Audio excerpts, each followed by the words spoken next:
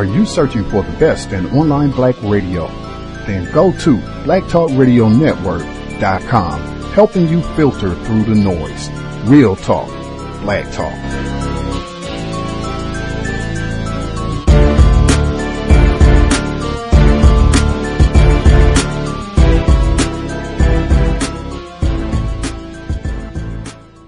The internet is full of half-truths and all-out lies. We've all seen them, and many people on social media complaining about it. Here's your chance to show and prove. WorldAfropedia.com is a black-owned and operated encyclopedia. There are several thousand articles, but we need help. We can't uncover all the truth ourselves. So please, join us and become a writer, editor, or blogger for WorldAfropedia.com today. Every little bit counts. We owe it to the future generations to put the truth out there. Visit WorldAfropedia.com, the African-centered encyclopedia, a global database of African knowledge for the purpose of bringing about global African wisdom and understanding. WorldAfropedia.com. The Department of Homeland Security's Inspector General is investigating allegations of racial discrimination at the U.S. Coast Guard Academy in New London. The spokesperson for the Inspector General said the probe began within the past few months and could take up to a year. WSHU's Davis Donovan has more. Black cadets in particular have raised concerns about the Coast Guard Academy's racial climate in recent years, including a perception that minorities are punished swiftly for slight infractions, while others face little consequence for harassment. The Academy is already under pressure from Congress. Last month, Democratic U.S. Representative Benny Thompson of Mississippi proposed a bill to boost racial diversity of Coast Guard cadets. A spokesperson for the Academy said it's cooperating with the Department of Homeland Security's investigation. Davis Donovan, WSHU News. Black babies cost less. Now, the problem of bias against pregnant women in the workplace.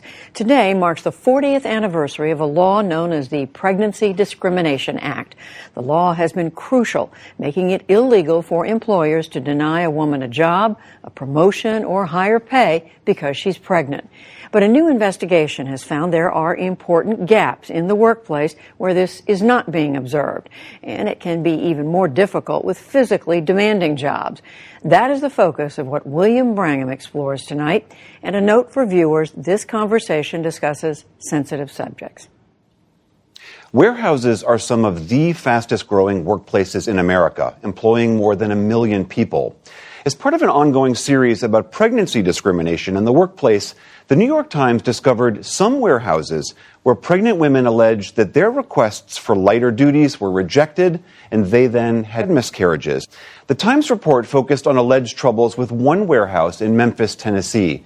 It's currently owned by a company known as XPO Logistics, which owns supply chain warehouses used by many name-brand corporations. Several women say they had miscarriages after what they alleged was harsh treatment at that facility. XPO denies all these allegations. But we're going to talk about one of these cases and the larger picture here, beyond just one company. Tasha Morell had a miscarriage while employed at that warehouse in Memphis shortly before XPO bought it in 2014. She's now with the Teamsters, which is trying to organize a union at the same warehouse. And Fatima Goss-Graves is the CEO of the National Women's Law Center. Welcome to you both. Thanks for having me. Tasha, I wonder if you could just start off by telling us a little bit about what happened with you. I know you were working in this warehouse while you were pregnant back in 2014. What kind of work were you doing back then? We process boxes, items that come down a conveyor belt, whether it's phones, tablets, gadgets, or whatnot. It's very challenging. It's very hot in that building. We do not have air. We lift boxes 45 pounds or more, and that's picking them up, lifting them. And I understand at the time that this was causing some discomfort for you. Did you express that to your supervisor? Absolutely.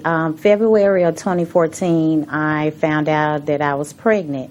I immediately went to the doctor. She put on my doctor note no heavy lifting. My supervisor saw that note, but she disregarded that note because she still sent me to areas when I had to pick up 45-pound boxes and heavier boxes.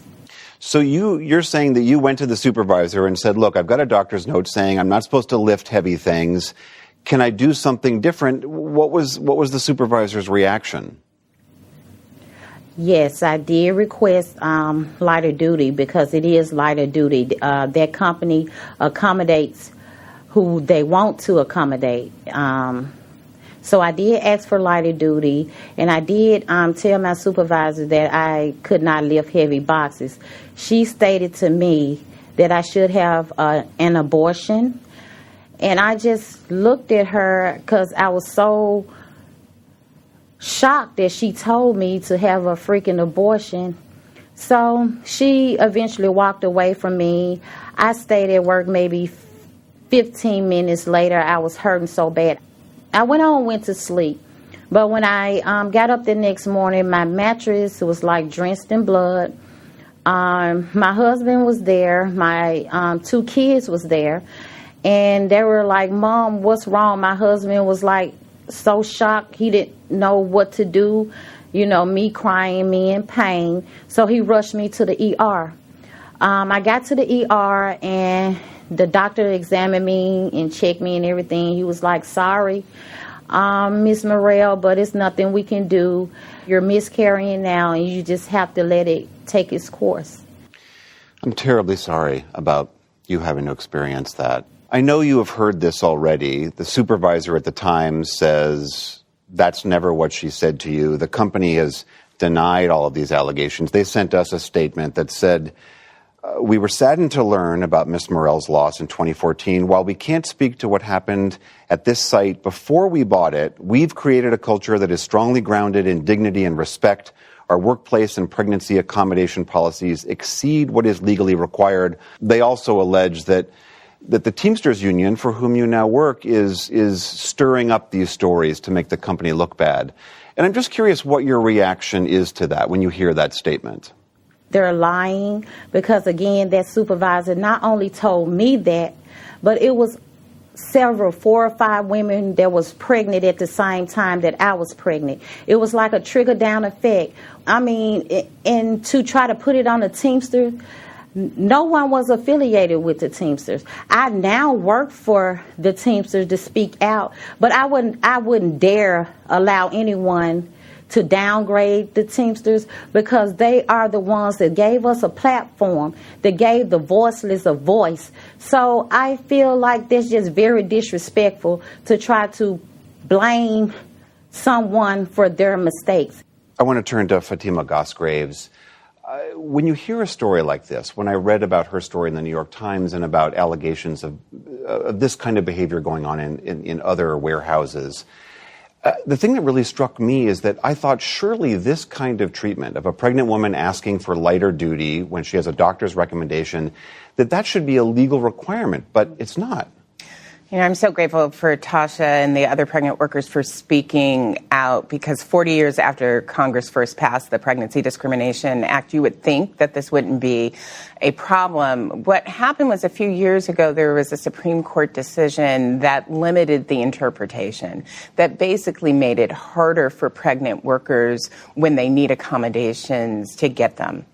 And there have been a huge backlash to that decision. We have had over 18 states pass new laws to be more directive, to sort of say, actually, a pregnant worker shouldn't have to choose between having a healthy pregnancy and being able to stay on the job and get the income that they need, which is the really terrible choice people are having to make right now. So what does the law currently say? What is protected under law and what is not? Well, pregnant workers should know that they cannot experience discrimination on the job, so I don't want to put out misinformation on that. But the real challenge is around when you need an accommodation. Not all pregnant workers are going to need them. Many people, when I was pregnant at my job, which is really cushy at a desk, I didn't actually need any accommodations. Same with my wife. But sometimes you do. And we hear from workers who need really basic things. Sometimes they just need the ability to go to the bathroom when they need to, or be able to have water, or working as a cashier, being able to have a stool so they're not standing all day. Unfortunately, what the Supreme Court said is that an employer can make a determination that it isn't going to provide that accommodation if it's an unnecessary burden for them. There seems to be a perverse incentive in the law which says that if you provide an accommodation for someone, then you're required to provide it for pregnant women or other women who ask for it. It seems to be incentivizing people to provide no accommodation whatsoever. And unfortunately, a lot of employers have gotten more rigid and have made working conditions abusive for everyone. And so they say, we treat everyone equally bad. And that is our rule. Well, that isn't a good rule for anyone. And, the conditions that she described, the heat conditions, the hours without breaks, all of those are things that they should be really fixing for all workers, but certainly for workers who need them. All right, Fatima Goss-Graves and Tasha Morell, thank you both very much. Context of White Supremacy. Gus T Renegade in for another broadcast, hopefully to share constructive information on the system of white supremacy. Today's date, Friday, November 9, 2018. So I have been told. Still adjusting. Not Thursdays. Friday, our weekly broadcast, Neutralizing Workplace Racism. If we have black people victims of white supremacy anywhere in the world, if you have figured out things that work on the job, these are things to do to keep you from having problem with racists or other non-white people. These are things not to do to make sure that you don't have any problems. Get your compensation taken care of without issue. If you need days off, if you need a vacation, if you need your desk moved, if you do not want your desk moved, if you like where you are, you want to be in the same location for as long as you're at the company, if that's 50 years, I want to be right here for the next 5 decades. Whatever it is, you have figured out how to get in that wonderful position unmolested. We need details so we can replicate your job well done in not being mistreated on the job. The number 641-715-3640. The code 564-943#. Press *61 if you would like to participate. Certainly, if we have victims who are having problems on the job, you're being mistreated, you're having a situation that you would like a counter-racist perspective, dial in, let us know. We would be glad to give you some suggestions. You can think about it and come to your own conclusion about what would be the best way to proceed with your particular problem. But again, the goal always to try to solve problems on the job without creating new problems. As always, you can also email if you are in a position where you're not able to talk or you don't want to talk live on air. You can drop an email untiljustice@gmail.com. Untiljustice@gmail.com, and I can read your commentary on the air if it's a problem that you want addressed, or if you have feedback for what you've heard thus far and you want to share. I can read your commentary and keep it anonymous. I know Thomas in New York, he dialed in yesterday and was saying that, unless I misheard, that he had a situation that resulted in a physical altercation of some sort with a suspected race soldier. So hopefully we will get details on that if that was indeed workplace related. If I did hear that correctly, that would not be the first time that I have heard from a C.O.W.S listener where something happened on the job where it ended up resulting in a physical confrontation. If we have had victims where that sort of thing has happened, if you would like to give us the details, that would be grand. Certainly you want to try to avoid that, if at all possible. I've seen so many, the general rule, basically, whites are going to come out on top every time, pretty much with some sort of accusation that you lost your cool, got emotional, whatever it is. Rally like Voltron. They do it very well in those situations, coming to the aid of the white person and say, oh man, he was brutalized and Negro aggression, we can't tolerate that. So definitely always want to be trying to work to try to make sure that that doesn't happen. But this is a system of racism, white supremacy. It is deception, direct violence. So certainly something to be alert about in the workplace. Definitely try to avoid, but if we've had people where things have gotten to that point, you could let us know. Maybe we can even be knowing some signs. These are things, that you can be on the lookout for when it might get to that point. So if you need to exit or take extra precautions if it's looking like it's going to be that explosive of a situation. Also wanted to know from folks who dialed in if the election popped up on the job for any folks. I would think might be more salient depending on where you are. I would suspect maybe in Georgia that might be something that would come up a little bit more. People nagging to ask you if you voted at all or who you voted for, that sort of thing. Folks can let us know if that has been the case. On the job consistently, I recommend not talking about politics, certainly not talking about, who you voted or what you think about who won, whatever the election is. That's not what you're on the job for. If whites want to talk about any of that, that's fine. But, I would not be there to give them a rundown of who I pulled the lever for in the midterms. We had a person who wrote in already. I will keep my eye on the switchboard for other commentary. Person wrote in, I think this is non-white female. She says, I'm the only black employee at my job at this point. The white employees claim not to like me because I don't make jokes or entertain them. I'd be curious as to how the person ascertained this. Like, did they come out and say that they don't like you because of all that, or how the person concluded that? Anyway, I am also not here to be a shoulder to lean on for depressed white women. They claim I don't know anything and try to call me lazy. My racist manager tells them not to help me for certain projects. I have to get their signature or approval and so forth. I say this to say that I was out one day of the week last week and so many white employees came by my desk to check on me to see if I was there. This happens every time I am out. My non-black, non-white coworker always tells me the white employees are concerned about my whereabouts when I'm not at my desk.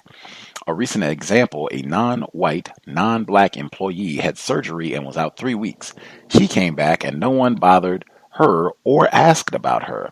I took a four-day vacation and a gang of whites kept bothering me when I came back. They pretended to be concerned. Even the whites that hate my guts were consistently checking my desk to see if I was there while I was gone. The second part to their racism is that when I'm gone, the spotlight is on them, and their laziness, incompetence, is something the racist manager cannot miss. The manager just sits and monitors me all day to give you an idea. All of our projects are time sensitive, so if I'm out, they miss the deadline, they get in trouble. They always use me as a scapegoat since I'm heavily monitored and never believed. My white coworkers are dedicated to practicing racism against me. Aren't they all? Aren't they all?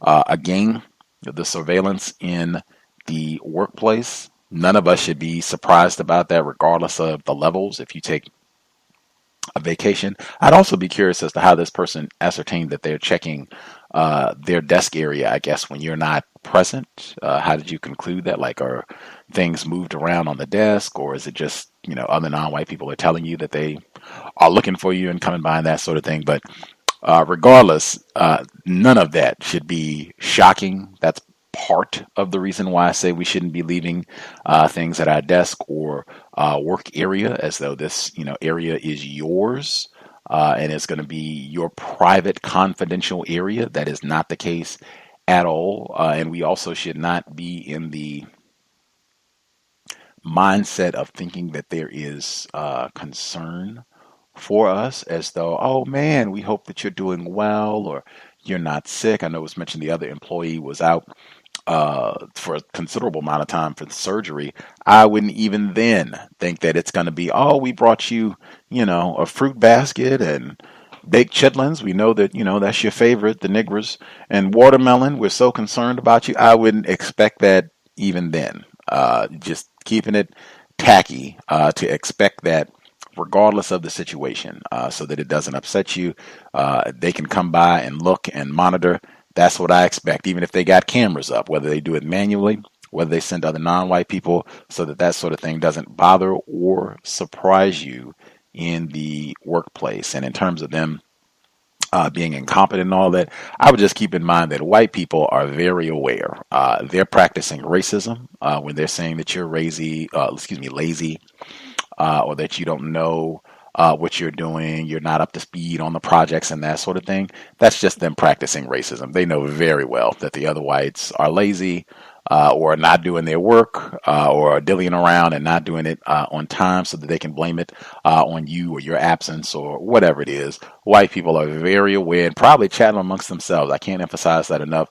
The Voltron effect, white people are constantly networking and talking amongst themselves on the job, usually about us, often about us. So just keep that in mind as well. They're not ignorant. One of their favorite activities. I'll pause there. If other folks, again, if you want to write in, it's untiljustice@gmail.com. Untiljustice@gmail.com. We can share your commentary on the air. Again, incidentally, the reports, both of them that played before we went on there, I guess I did want to make sure I got in a quick word about those.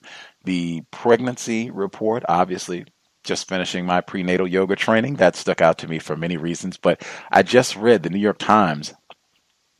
They had a big write-up about that miscarrying at work. And again, they don't mention racism specifically. And there was no video to the report that I played. It was just audio. But the pictures that they had, all of the pictures, and it was more than 3, all of the pictures of the victims for these miscarriages on the job, they were black females. And in the report, they were talking about that New York Times article. It sounded like all the people that they interviewed could have been black females who are having this problem of being terrorized on the job, and them not providing them with safe conditions while they are pregnant, so that they can carry their baby to term safely. Standard operating procedure. I would not be surprised if that is disproportionately impacting black females, where they're especially callous towards them all the way around, either not hiring them or wanting to find ways of getting them fired, or certainly making sure that we're not, going to allow them to go to the bathroom. Many things stood out to me in that segment, but the horror of it all. But when they were talking about not being able to get bathroom breaks, I have been on job where myself and others who were not pregnant, they wouldn't even allow us to go to the bathroom. I remember one of my colleagues getting a urinary tract infection. The doctor said it was because of that, not being allowed to go to the bathroom. And the doctor said specifically told her, get another job. If you're going to be on a job and they're going to be ogres about you even being able to go to empty your bladder, get another job, update that resume. This is ridiculous. But I remember that being there. This went on for months and months and months. I remember being chastised coming in one day for work because I went to the bathroom before I came in. It was, wait a minute, what are you doing going to the bathroom? You need to come here first and then you can go to the bathroom. Can't even imagine being pregnant, dealing with that sort of environment. That is the system of white supremacy. I'll stop there. Number again, 641-715-3640. The code 564943 pound. Press star 61 if you would like to participate. Hit the first few folks who dialed in with a hand up. If you have your own situation that you would like to address, if you have coding, things that have worked well on the job that others should hear about, we always need to hear that. First few folks who dialed in with a hand up, line should be open. Proceed.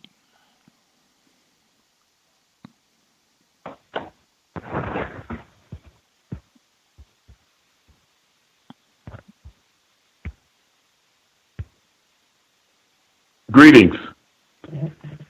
Greetings, retired firefighter. Oh, greetings, Jay. Greetings, Gus. Greetings, everyone. I'm surprised. I'm surprised that I was the first person.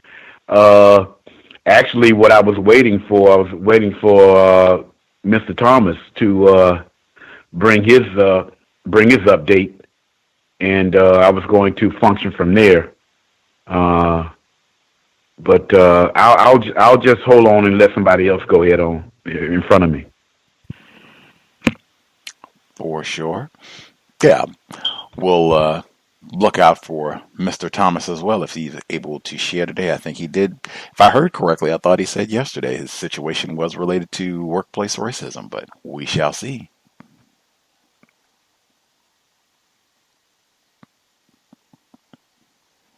This is Workplace Racism Day, right? Absolutely. I'm okay. Yes, sir. I'm still getting adjusted myself, but yes, Workplace Racism today. The book club now on Thursdays. Workplace Racism on Fridays. Yes, everybody's correct. Yeah, I was surprised that I was the first one because it's 8:26 Eastern Standard Time down here, so it's like 26 minutes after. Normally I would be kind of like a little bit late. So I was surprised about that, but no worries today. Other folks who dialed in with a hand up, did you all have commentary?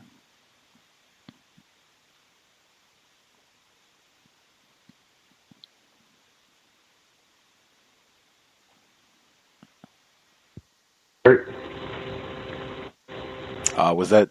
Can I be heard? Yes, sir. Oh, how's it going, guys? This is a black male engineer. I just had a couple things I wanted to comment on. I wonder if have you seen that video of that older black male teacher that was in an altercation with that student? I've read about the report. I think it was the black music teacher. I think he was where the student. I think it was a teenage student. Called him a nigger, and he struck him. That's what you're talking about? Yeah, the teenage student actually hit him with a basketball as well. But the thing about that student is a quote unquote Hispanic Latino, and I live in Florida, so I pretty much see how Latinos function in the system of white supremacy. And I've said this before, but Latinos function as white people. That's how I view them, at least. I view them as white people. Unless they're like really dark skinned or something. But even then, they could be highly white identified.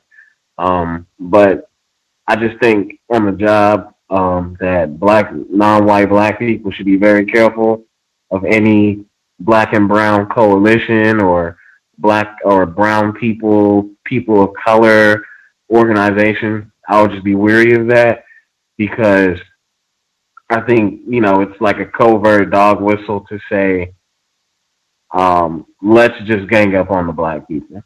Because that's how I see it. That's how I see a lot of other quote unquote minorities acting on the job. When I look at my organization, the most, they're always tooting diversity. So when they talk about when I see the people who are the minorities, quote unquote, that are in the higher positions, they are Latinos. Your Diaz's, Rodriguez, Castro's, Nuns,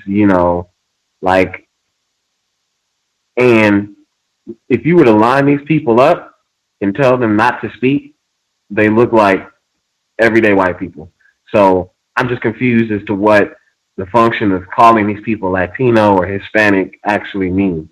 And I'll end it right there. I know we've talked about this on the program many times. That's why I've encouraged not using the term Latino or Hispanic, that these are not terms that are providing clarity about the problem. If we're talking about white supremacy, racism, what I've said consistently is this person white?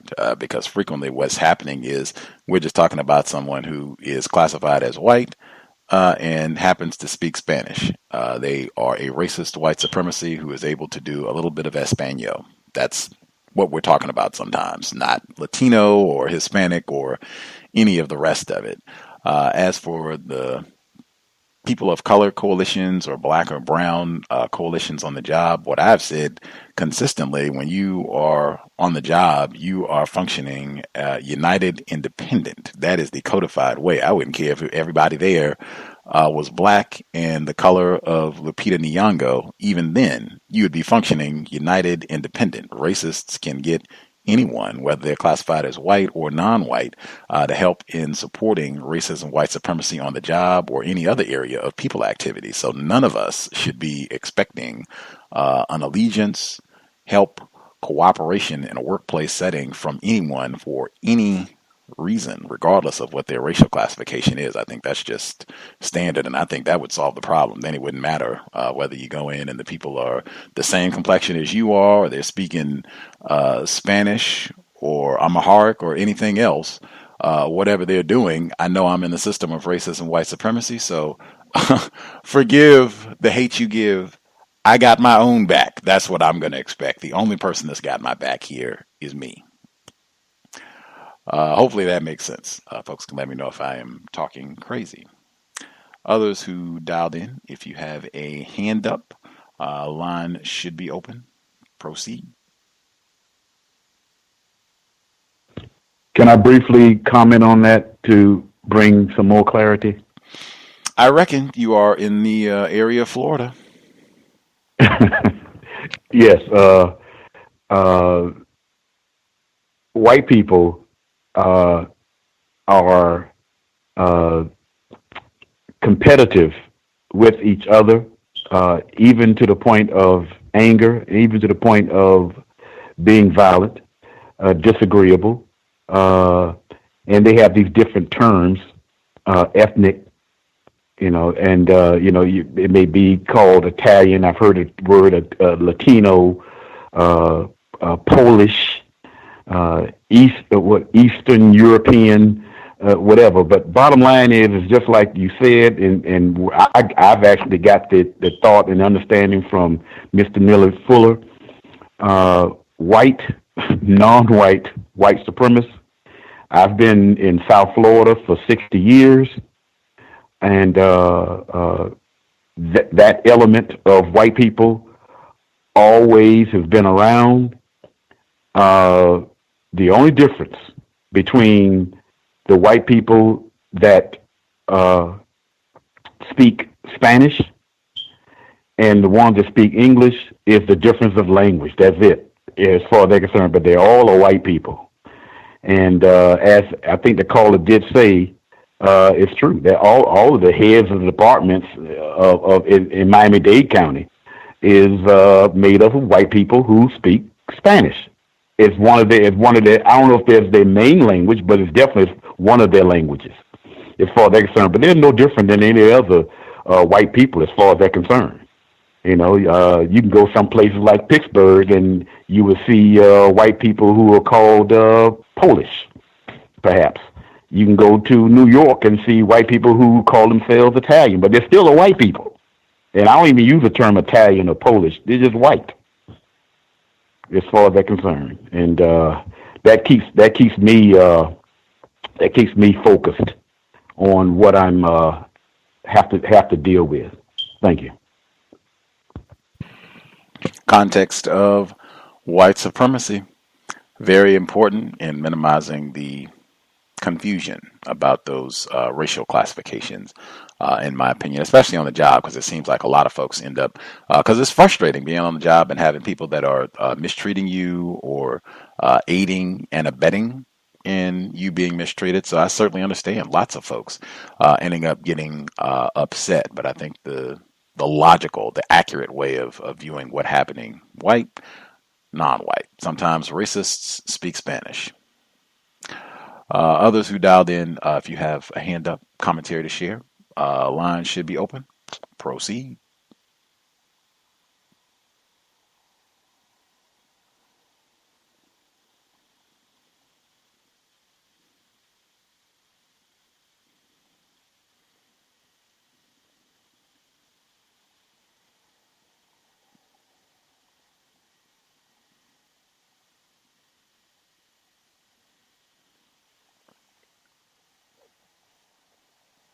reckon people are lollygagging. I did see other hands. And again, for workplace racism, I forgot to get in my reminder. This is not a broadcast for entertainment purposes.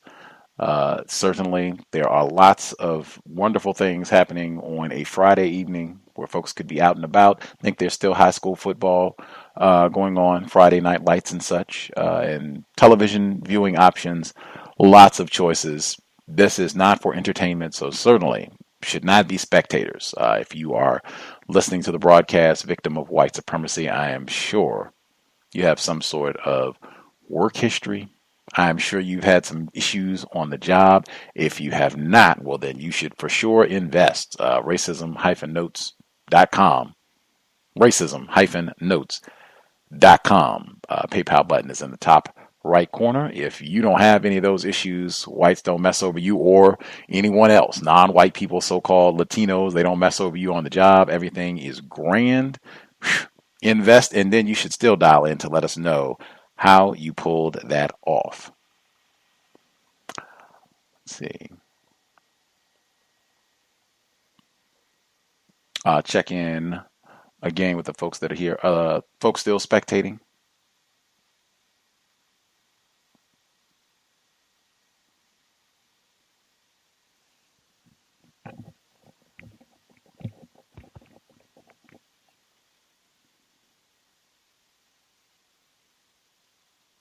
Wait to see other hands. I'll give them a few moments. I do see other hands. I'm not sure if they're in an area where they're able to talk or not. I know for the politics, because we did have people who were talking about that before.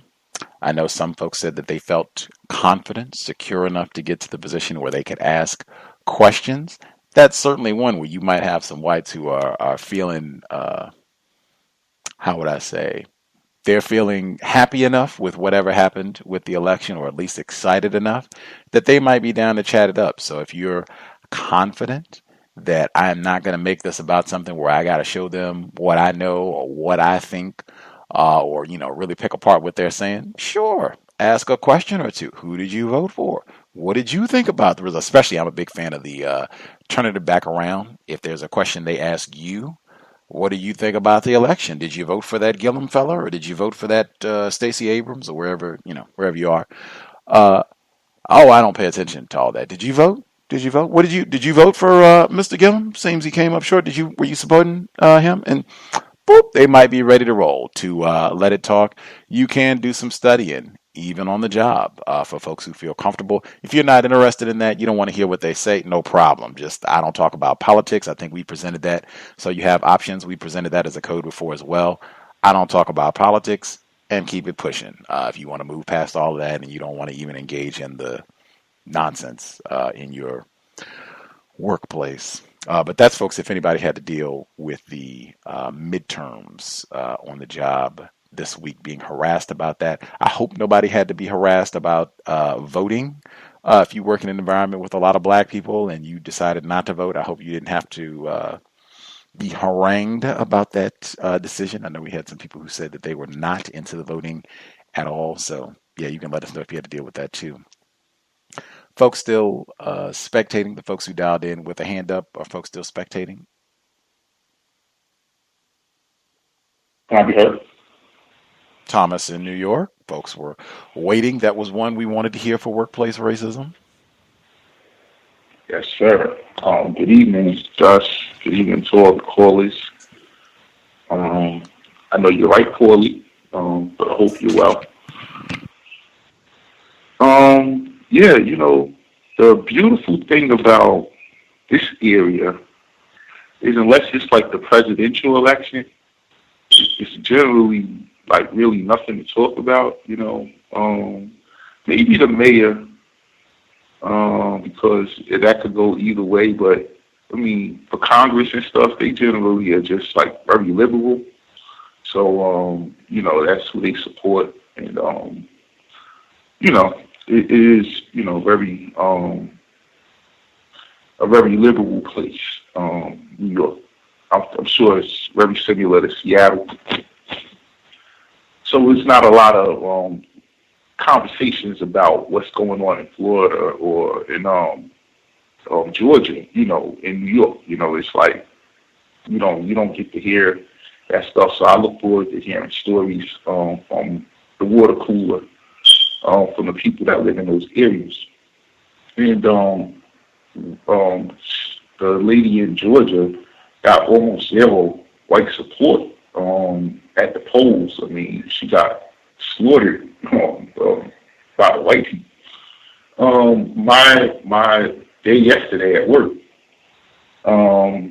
there's these groups that hang out around my office, handing out pamphlets all the time, and they're very anti, I guess you could say, different countries around the world, and they tend to have these protests and things.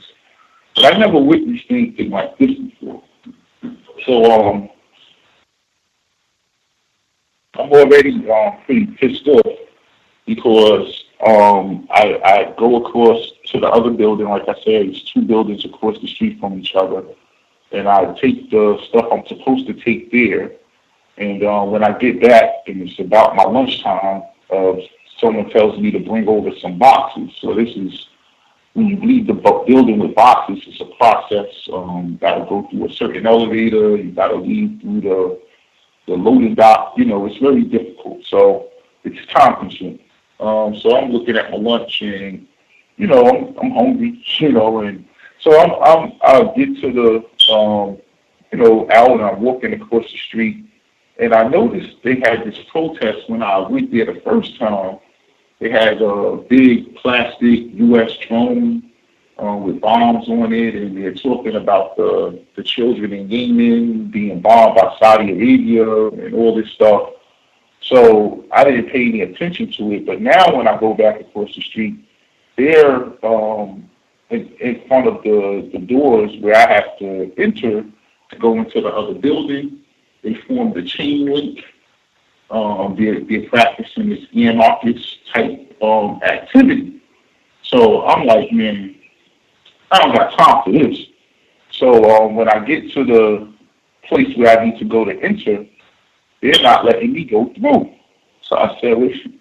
So I'm laughing because it's white people, and I'm like, man, so I see the police. So I go over to the police and I say, excuse me. I said, I showed them my work identification. I said, I work in this building. I'm trying to bring these boxes upstairs. I have to get them there by a certain time. I said, and these people aren't allowing me to do my job. They're impeding my procedure, doing what I'm supposed to be doing. And I need those people to be removed so I could go through with these boxes and deliver these to the floor. I have nothing to do with, what they're protesting. My company is a accounting firm. They're inside of these buildings in this area. It's all the consulates to the UN because it's right around the corner. So the mission, the UN mission to Saudi Arabia is inside of the building that I work in. And I only go over here about 3-4 times a day just to bring over checks and important documents because this is where the accounting and all that stuff is done. So the police tell me, listen, there's nothing we can do, buddy. There's a lot of them, and, we call for backup. What they're doing is wrong, but, there's nothing we can do. Only thing I'll tell you is my back is turned. So you got to do what you got to do what you got to do. So I'm like, okay. So I see one of the security guards that work in the building, and he's on the other side of the crowd trying to get the attention of the police himself. So I say, hey, bro, can I go through the side entrance? It's a side entrance that, I could go through. It took me all the way around the corner. And he says, no, because they have that entrance locked because of this protest and everything is locked down. And he said, what you got to do is push your way through. So essentially that's what I had to do. So these are all white people protesting, and they got these Arab people holding little fake dead babies, singing some prayers in Arabic, and they're singing along with them. So as I try to move these people, out the way so I could go through, like I said, they formed this chain link. The guy kind of let go of his chain link and pushed at me, so I kicked him. And then the other one, I reached out to hit him, but, I ended up just like really shoving him real hard. And the white lady said, so before that happens, it's another guy who's trying to knock the boxes off the cart and push it. And I said to him, I said, listen, if one of these boxes fall and I have to pick it up, they're going to be picking you up. That's when the white lady says, please go, just let him go, just let him go. So they moved the link, the chain link, and let me go through. And then they formed the chain link again as I go through. But two girls that I work with, that work in that building, these two young interns that do accounting, they came through with me. They had their lunch. They were standing there for 20 minutes, unable to get into the building. So I get on the elevator. I'm pissed off now. So, so I got to hit some white people. That was a good thing. But nonetheless, I told the hierarchy what happened just in case, anything came of it. And, they pretty much said they were going to close that office for the rest of the day and don't go back over there, for the rest of the day and whatever's going on. So in my mind, and they would never allow black people ever anywhere in America to do this. Like, we can't even have a stage protest. Just keep it moving, keep walking. So that was my day yesterday. Today, white terrorists back to work in rare form. So I called her with the CEO walking past. So I said, excuse me. I said her name. I said, I'm about to start pulling the files for the owner. I said, and I said, I'm gonna have a whole bunch for you. Where do you want me to put them? So I knew this was pissing her off because her plan was not to do this at all, even though she's making everyone else do theirs. Hers was just throw all his stuff in the garbage. That's what I'm going to do. So she says, do what you told, do what you were told to do. Bring them in my office. You could tell she was pissed.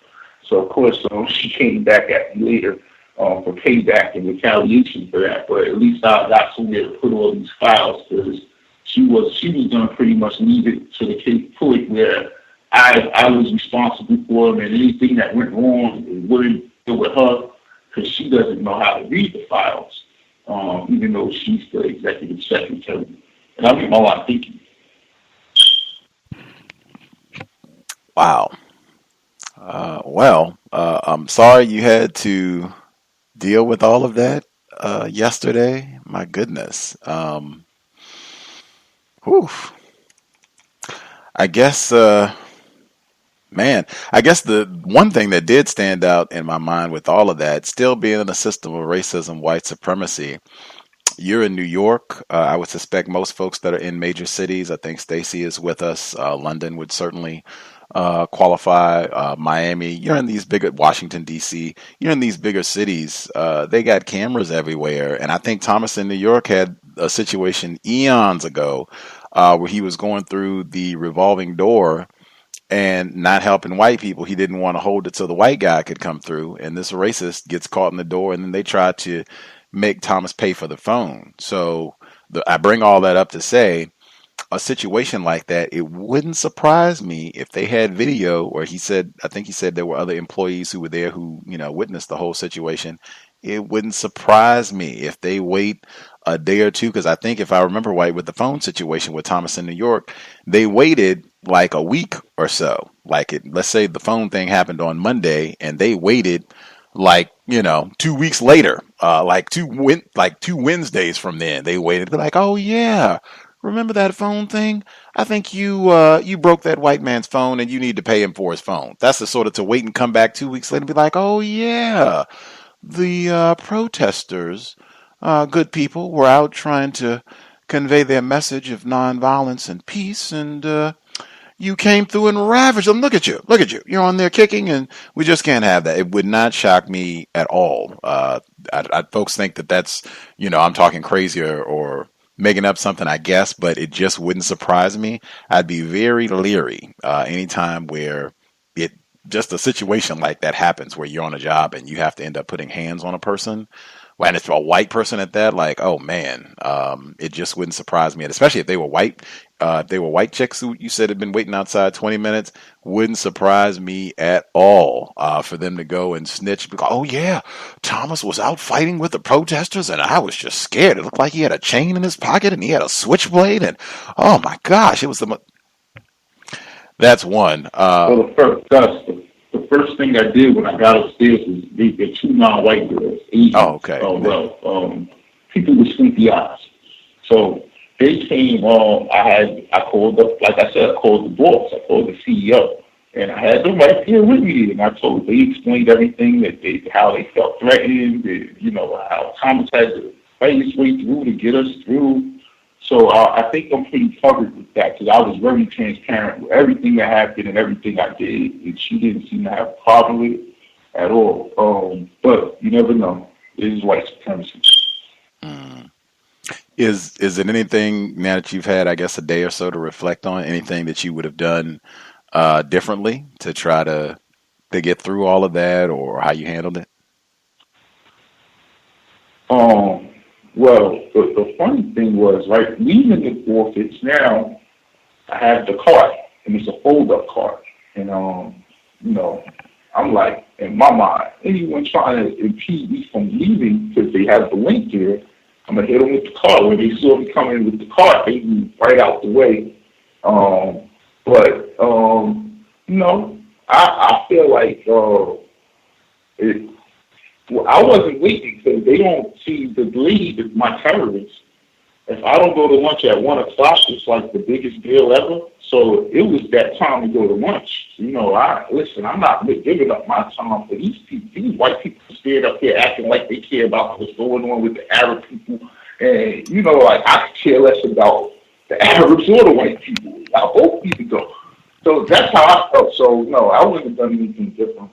And I think that the guy it would be on the camera that he did push at me first. I agree. I don't think they would allow black people to stand out front of that building or any other location and be disruptive in that manner. I could not admit. The MOVE organization, you can take your pick. That would not be allowed at all. I thought, I'm sorry, Gus, but I just thought, and I didn't even live in New York at this time, when Dr. Khalid Muhammad had the Billion Youth March in front of the State Building, like 1 minute after it was over, everyone got tear gassed. Like, they let them stand there for the whole day. Stood there with those white tie-up things in their hand, never used them. Never, just let them shut the whole building down with no problem. Never let us do it, ever. The correct word is white power, not white privilege. Exhibit, 5,800,000, blah, blah, blah. White power, not white privilege. Great tactic. Taking advantage when the white female terrorist had a more powerful white person present, and you can go ahead and ask what to do with the file boxes, because that's another one where they just like to whites where they're not doing what they're supposed to do. We already had the person who wrote in about the white people being incompetent and trying to push their work off on other black people and not doing what they're supposed to do. That's rampant in the workplace. And they try to figure out different ways of pulling black people, pulling non-white people into that. So when they're breaking rules and being lazy, being white, they go, oh no, it was the Negro's fault. They didn't, put it where they were supposed to do it. And all of that, or try to end up getting it so that you somehow end up getting the blame. Great job. So that I don't get tied into that the files are supposed to be here. That's where I'm going to put them, and then, you do whatever you want to do with it. And not being surprised about her retaliation either. That is, whites are going to be white. Retired firefighter was concerned about, your situation now that Thomas in New York has shared, retired firefighter. Did you want to speak to his confrontation?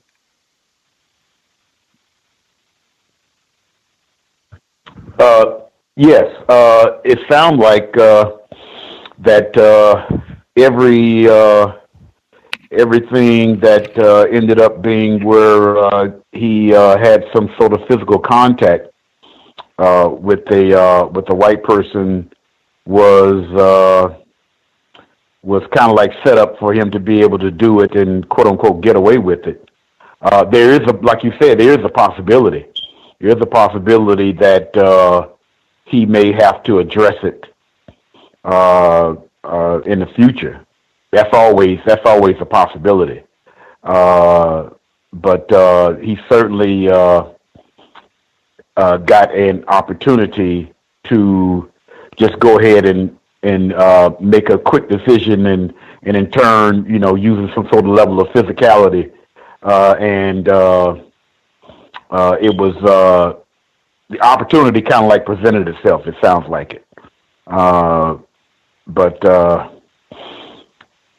I had a similar situation, and I mentioned it on the show years ago, where this white male paramedic, I was riding what they call riding on a rescue truck that particular shift, and as a fourth person. Normally they have 3 personnel, but I was like a fourth person because I guess they just didn't have nowhere for me to go. And all through the day, we had a lot of calls, a lot of emergency calls during the day. And just about every call that we went on, we actually transported the person to the hospital. With me primarily driving the stretcher, guiding the stretcher into the hospital, and then the emergency personnel would tell you on what booth to go to take the patient to, that sort of thing like that. And I primarily was by myself in doing it. This particular call, it was involving a black male who got assaulted in the back of a parking lot about 3 o'clock in the morning, something like that. It wasn't really that much anything wrong with him, but the officer in charge, white male, decided to take him to the hospital anyway. And in this particular occasion, this is about 3 o'clock in the morning. So it's very quiet in the ER room, 3 o'clock in the morning in a lot of cases. Quiet just about anywhere in the workplace. But anyway, so go there, and I went to speak to a fellow coworker that I knew that was on another unit, and took my hand off the stretcher and turned my back to it, waiting for them to state on where to send the patient. And the white guy that was in the back with me yelled out loud and said, "First do your job, then you socialize." With some bass in it, with that sort of thing. Basically, I guess they call it shaming. I heard, as far as what I understand, with the word and how it's used nowadays, and it got me pretty angry. And before I know it, I had approached him and it literally had my hand on his throat, or somewhere near it anyway. At the particular time, the guy that I was talking to gently put his hand on my shoulder from behind and said, "Don't do that." The black male was a black male, and that kind of like calmed me down. And in turn, I didn't hear anything. Well, they had a little brief meeting between myself and the officer in charge, that sort of thing, and then there was a period of time where nothing was said, nothing went on for about almost a week. The next thing I know, I was brought into a meeting. But come to find out, the meeting was not so much about me. The meeting was about whether or not I would complain to the EEOC or something like that. Matter of fact, that was the only reason why I knew about it is because the white guy who I was about to put my hands on, he brought it up in the meeting and he just angered all of the other white people that was in there. Said the only reason why you got him in here is because you're afraid that he would complain.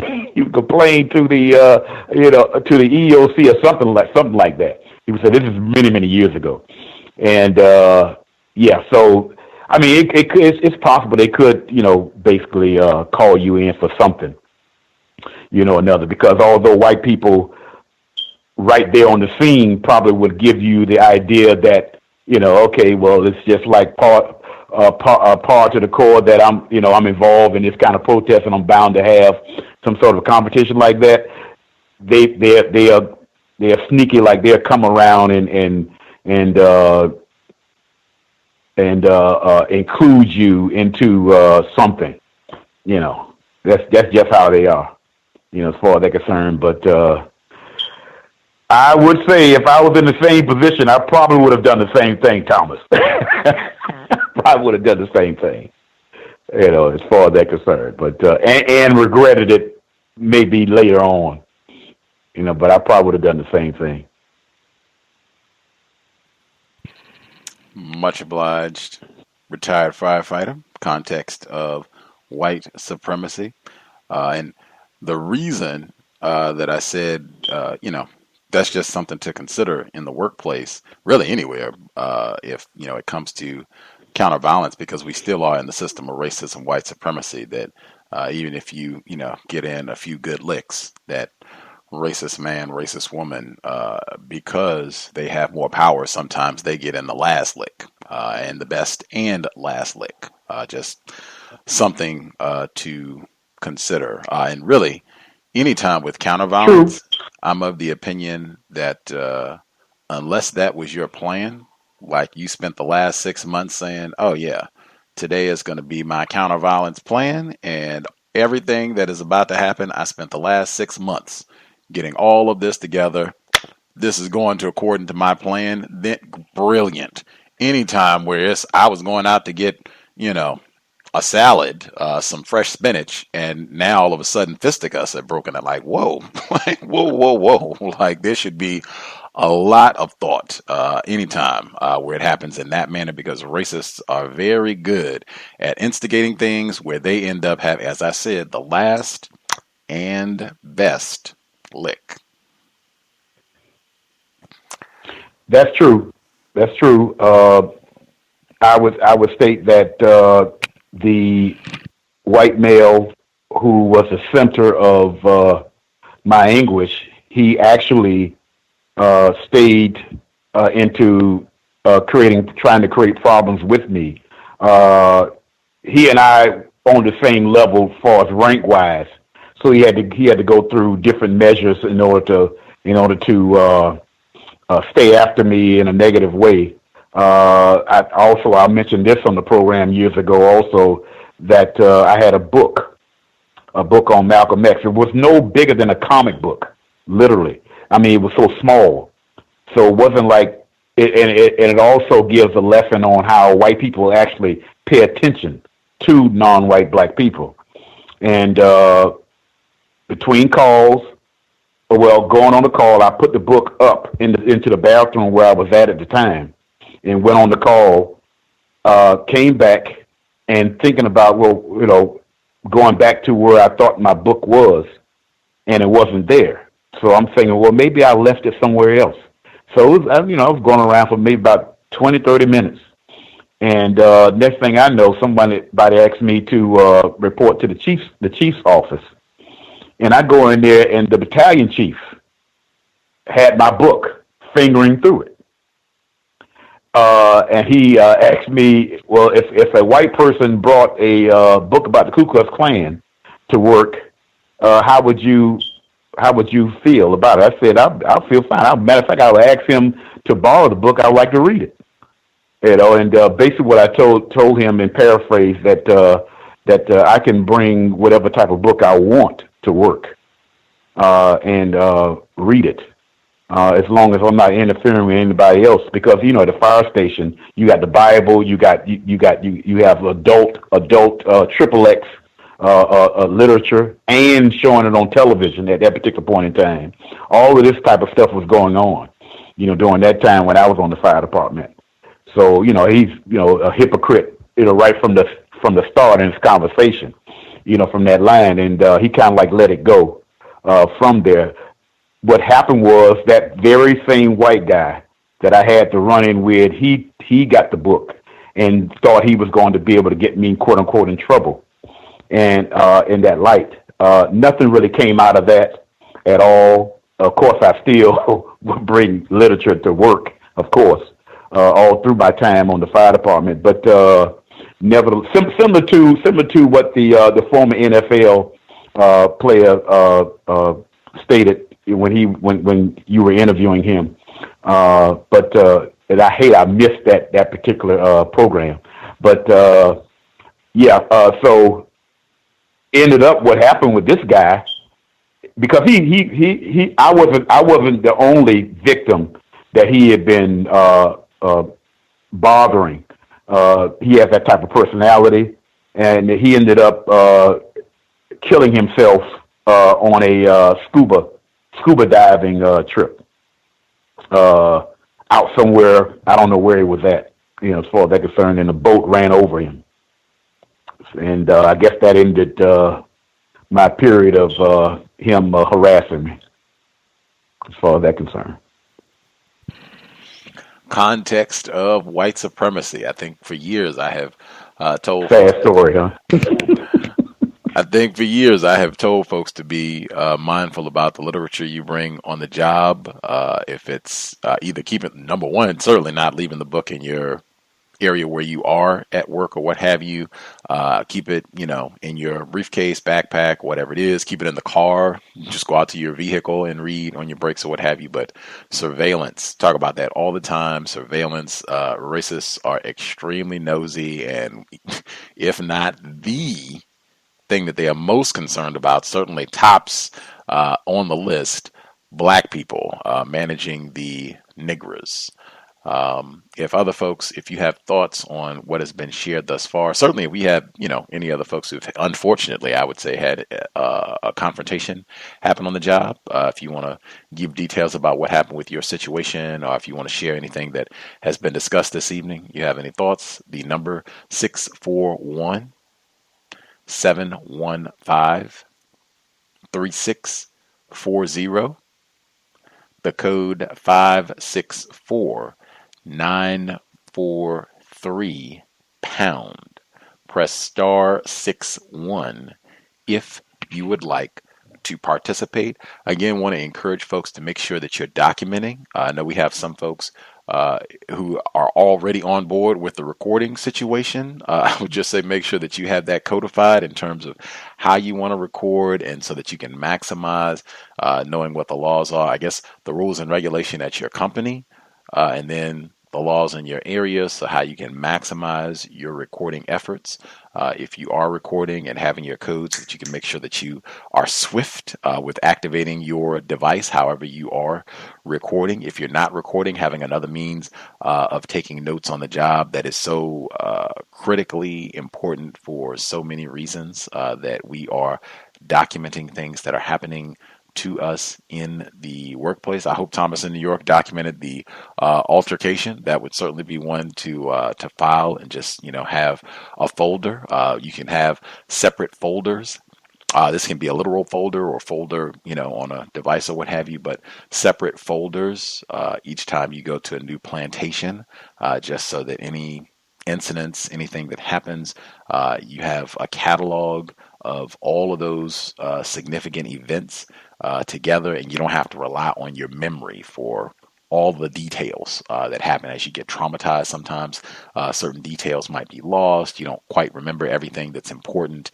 Get all that stuff documented and or recorded and filed efficiently, so that you can access it if you need it at some point. It would better be, in my view, I think it is much better to have that information and have it stored where you can access it easily, as opposed to then you end up needing it and you don't have it. Other victims. Because can I say something? Yes, sir. Oh, I'm sorry. Oh, yes. I have another. Well, actually, it's a question to you and all the callers. Because I've noticed that the French lady that at my job, every day she wears something that's black. I've never seen her in anything other than black clothing. And then her boss, the CEO, and she's been there since I started in January. And every day she wears black. She's never worn anything other than black clothing. And I wondered if, anyone thought that is something with white women who only wear black clothing, or is that something that is work appropriate, I guess, on the corporate level. I don't know. But everyone else wears, even my terrorist, she wears different colors. And she's a lot darker than them too, because she's Irish. But I just thought it was very odd that these two white women wear black every day. The only two people in the job to do that. I have known other whites who that was their thing. They just wore black all the time, even in what they would call like a professional setting. They would still wear black every day. I've known some whites who were not in a professional setting and they still wore black every day for a variety of reasons. So yeah, it could be lots. I've heard lots of different explanations for why some of them do. We had remember Dr. Welsing talked about the book Men in Black, which is all about the history of white fashions wearing black clothing. He talks about a lot of it, but yeah, it's unless you see something in it in terms of her behavior related to racism, white supremacy, I probably wouldn't spend too much time. I'd be much more worried about her showing her undergarments and making tacky racist comments about me than, why she's sticking to black fashion.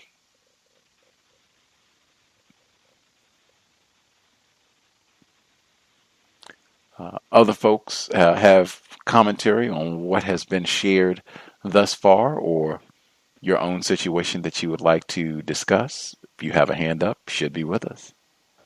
Hi, Gus. Stacy in the UK. I think everybody is on the same clock now, so we're back to the 8-hour difference, which would make it 2:12 a.m. Saturday morning.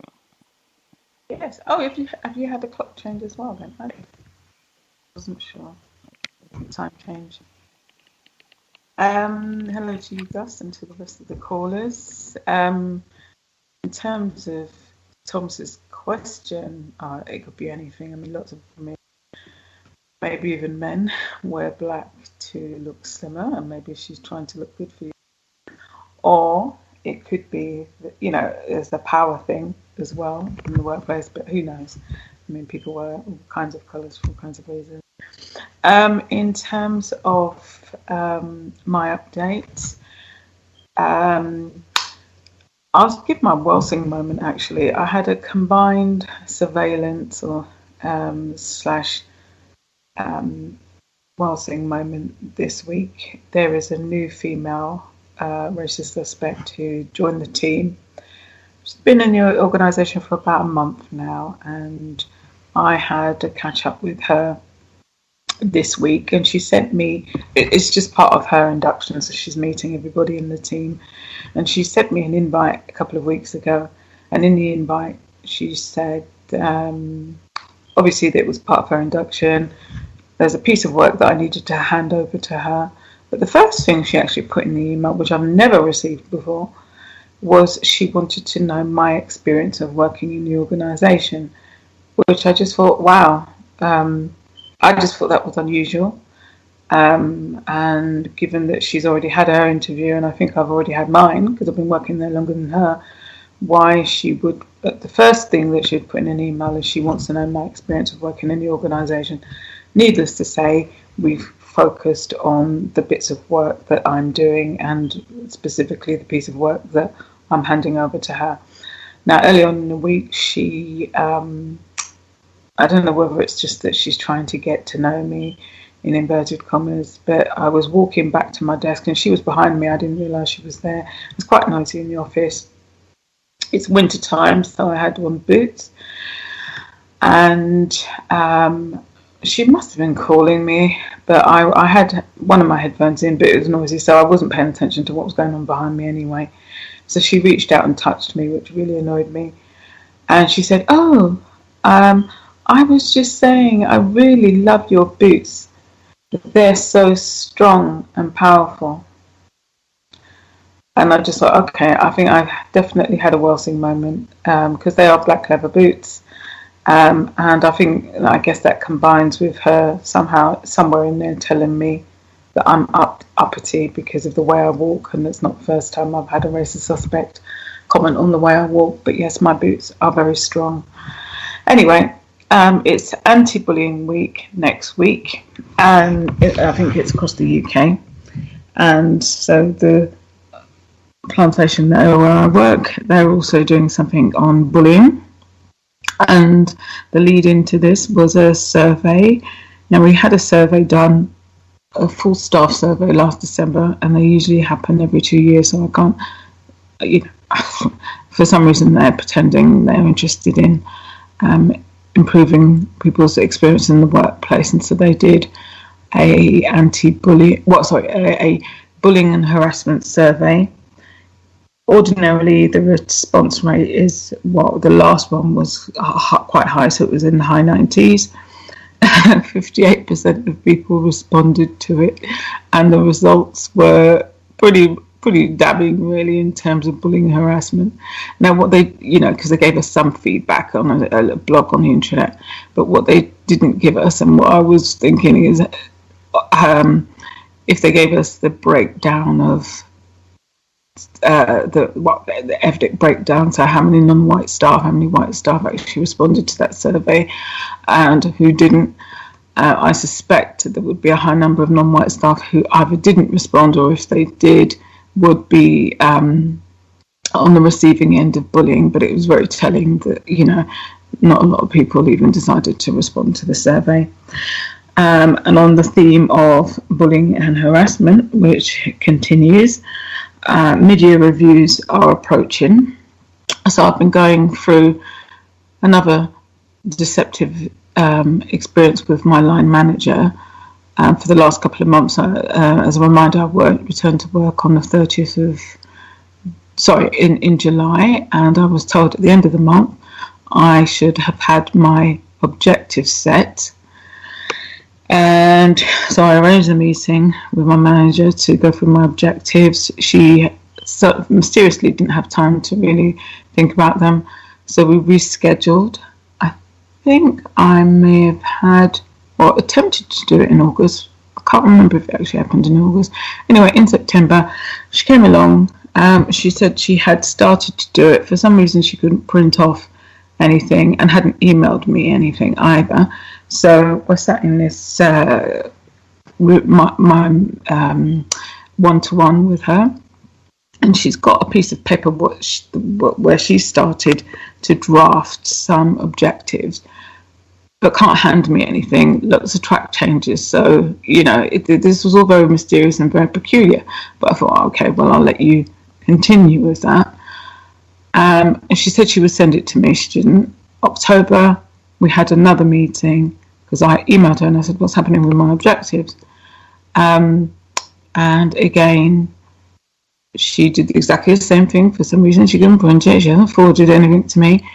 And we're looking over this updated, quite frankly, it might as well have just been a piece of scrap paper she picked up out the dustbin, because with all the when I say track changes, I mean that when you're using, for those people who don't do a lot of typing, when you're using a word processor and people change, they can track changes, so you've got everybody's edits all over it, so it's really hard to read when you've got all the changes being tracked on the document. So it might as well have been in hieroglyphics. And she's not handing it over to me, so I know they're practicing deception. And so again, I emailed her a couple of weeks ago, and she said, "Oh, I'm going to be working from home tomorrow, so I'll type it up and send it to you." Needless to say, that didn't happen. I emailed her about 2 weeks ago, said, "What's happening with my objectives?" and can we get them set? Because there are other things going on. So I know that they're playing games. And so eventually, and in between this, I'm very rarely having one-to-one. So when I first went back to work, we agreed fortnightly one-to-ones. They very rarely happen. So I had probably 2 in July, maybe 1 in August, 1 in September, 1 in October. So, it's just nonsense. And she had emailed me to say, would you want to do fortnightly one-to-ones? Would that work for you? As I said, that would be great in my email response. We've already had that discussion, so, she's just playing games anyway.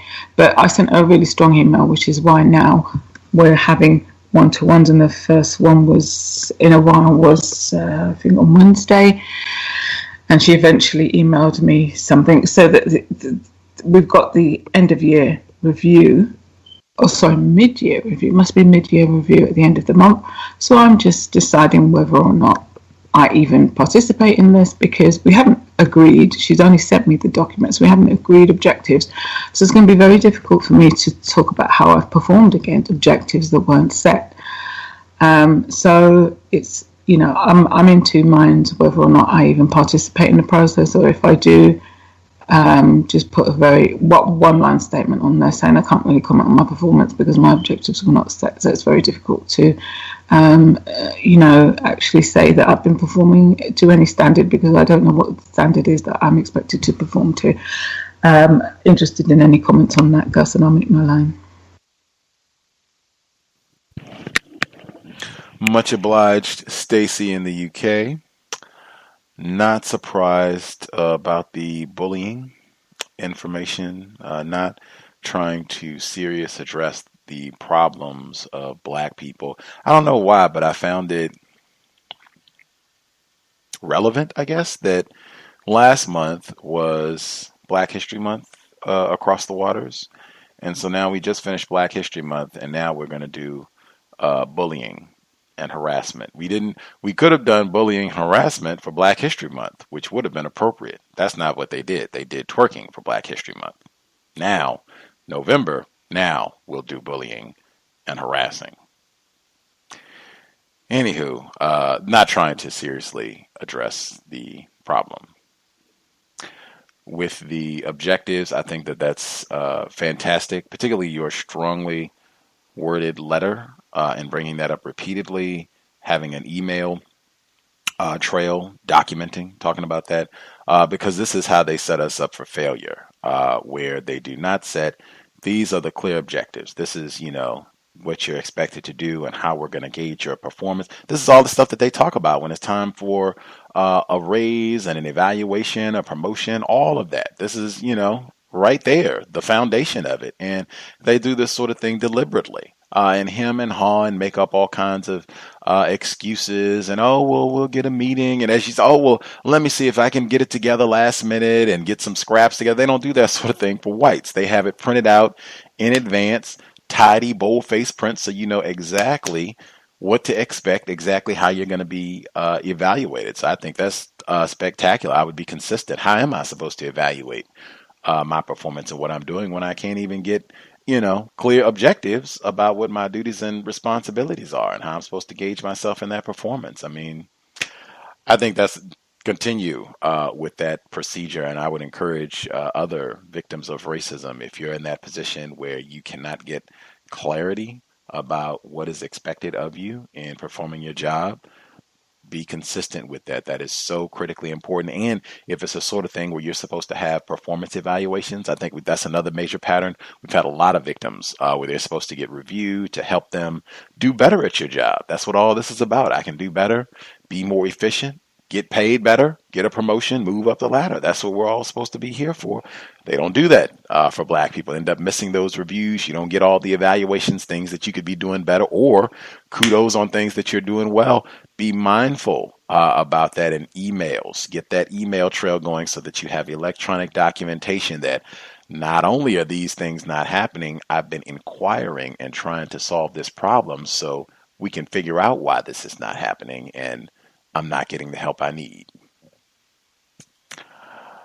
Other folks, if you have thoughts on what Stacy had to share, and/or if you have your own situation, or I guess if you have thoughts on what's been shared, Stacy and others, or if you have your own situation, the number again 641-715-3640, the code 564943 #. Press *61 if you would like to participate.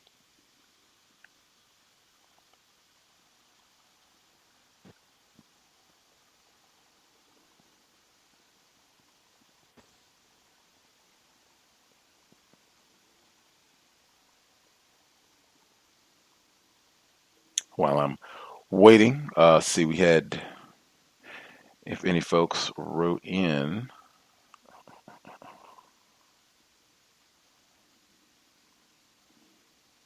Oh, we had people who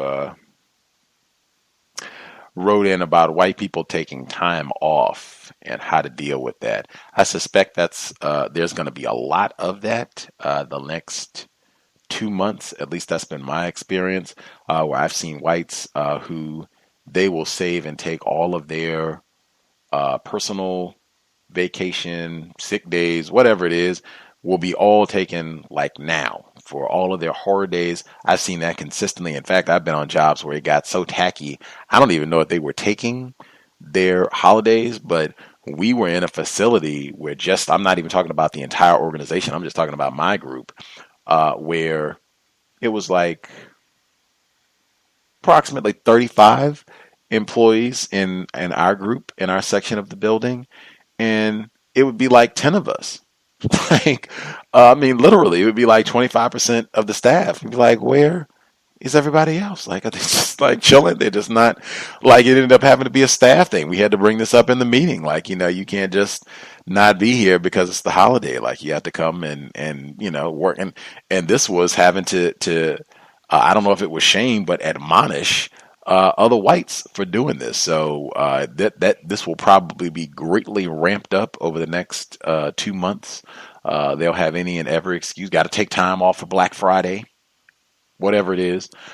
So yeah, if folks have suggestions or thoughts about that, maybe even that's something that you can bring up and be preemptive about. That I know the holiday season is coming and people might want to take time off to be with family or take trips and all that, but we still have duties and obligations. How can we best go about doing this to make sure that we don't, have unnecessary gaps because of, vacations and all that, or just, bringing that up in advance and meeting.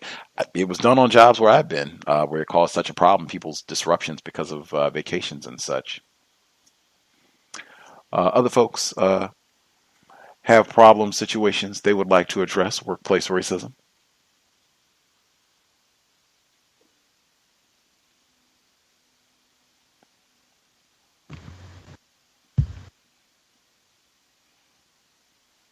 Can I be heard? Greetings, caller in Florida. Yes, sir. Thank you very much, sir. Greetings to Gus, the host, the listeners and callers. I wanted to start out with, I'm not sure if I shared this one because I know it's been so many acts of racism going on, so many observations. This first one was there was a supervisor of the child support department, and when they were trying to plan the Halloween luncheon a couple of days ago, and she came barging in asking for our emails, and the tone was very authoritative, and it reminded me of an enforcement official, and this was just a white supervisor or whatever. So it's like, what is your email and what's your email? Most of the people around knew, so they just gave the information or whatever. But she had this notepad, those yellow sticky notes, and a pen. So she was writing them down. And I'm like, what do you need this for? And she was like, oh, I'm just going to send out an email invite. So I went back to ask her about that again. I was like, made it seem like we were being interrogated. You sounded like a police officer. So she was like, oh, no, it's not like that. I was just trying to collect the emails or whatever. But just the way in which it was done, and it was conscious too, definitely that's the way she articulated. The next one is I've been having a lot of people trying to get me to participate. And there was just one time when I was like, I said, because, someone was trying to ask me to go downstairs to vote. And it's interesting, they use the word vote on a food dish for like a scary food dish for Halloween. And I was like, vote for what? And this is what she said. And then I said, I'm not participating in that. I don't want anything to do with that. So she just made a statement saying that you're no fun. Because, here again, I think they're in trouble about something connected to racism. So they are trying to make sure a certain collective of white people to go around and be quote unquote nice to particular black people in the office. And I think I'm at the top of that list because there's been at least 8 or 9 of them trying to just offer me to go eat something, and I turned all of them down, rejecting them. And the reason I'm bringing that one up is it's like they know something is about to be revealed. Like they already know something, but the black people don't know, and that's no surprise. We usually the last to find stuff out. Which leads me to my third one. This white female definitely practicing racism. I'm down in the break room and I'm about to leave, and she walks in and she's saying, "Oh, hey, why don't you get some of this pie in the refrigerator?" So I'm like, "No, I'm okay." So I'm about to leave, and she was saying, "Oh, well, how come you don't want to eat any food or whatever?" So like, no, like I already said, I'm good. And she says, "Oh, well, don't you want to share any with me? Don't you want to share any with me?" I said, "Absolutely not." I said, "No." I said, Then she said, "Oh, I'm offended." And I said, "Why are you offended?" "Because you don't want to eat any of the pie." And I said, well, you don't have to eat any either, just like me. So I left after that. And next thing that happened was I went upstairs and she was saying, "Oh, I'm just, I'm mad or whatever. I'm mad at you over there, snickering and smiling and smirking." So I'm like, what are you mad about? And she was like, "Well, I can't believe you turned me down in the food." I said, "You did turn down both of them." And then one thing that was important that she said was that such and such made this pie, this lady made this pie, and she named the black female that was on the luncheon committee. She made this pie, and you should at least have that one. Now, I should at least have the black female's pie. All right, so definitely racism. You minimize the black person and the food contribution she made, putting it under everybody else's. So you at least should try some of the black person's food. So I'm like, "What do you mean turn you down?" And she's like, "Yeah, you just turned down both things, me and the pie." I said I was initially talking about this food. I don't know where else she's going with that. So I just continued to collect my envelopes and mail, and I kept going. The next one was there was a comment made, and when I asked the question, when I went up to the judge's office, I asked how's everything going in here with her and the judge set of hearings, and the response that she gave me was, "Oh, we're stepping and fetching to get things done." And I said, damn, I know I heard that somewhere before, but just I never heard that used in the workplace context. So I wanted to share that one too. The next one is there was an event with majority black crowd out in the front plaza, and the reactions that people were giving definitely didn't align to the reactions that happened a week prior to that, where there was a fest, I guess a punk fest, and people went in all black, and I guess they call them so-called punk rockers, and no one really reacted to that. But when it was black people occupying the plaza, which rarely ever happens, everyone's saying, "Oh, this music is just so loud, and it's just full of bass, and it's, oh man, I can't take it." But white people were being constantly questioned, well, how come you didn't say anything about the people before that? And I had one girl say that, oh my gosh, this is all your fault. So like, what? How is this my fault? And she didn't answer the question or whatever. And I said, So I just kept going. So I didn't know it was the people were classified as black outside. So obviously it didn't take no time at all for me to make that connection that it was an act of racism.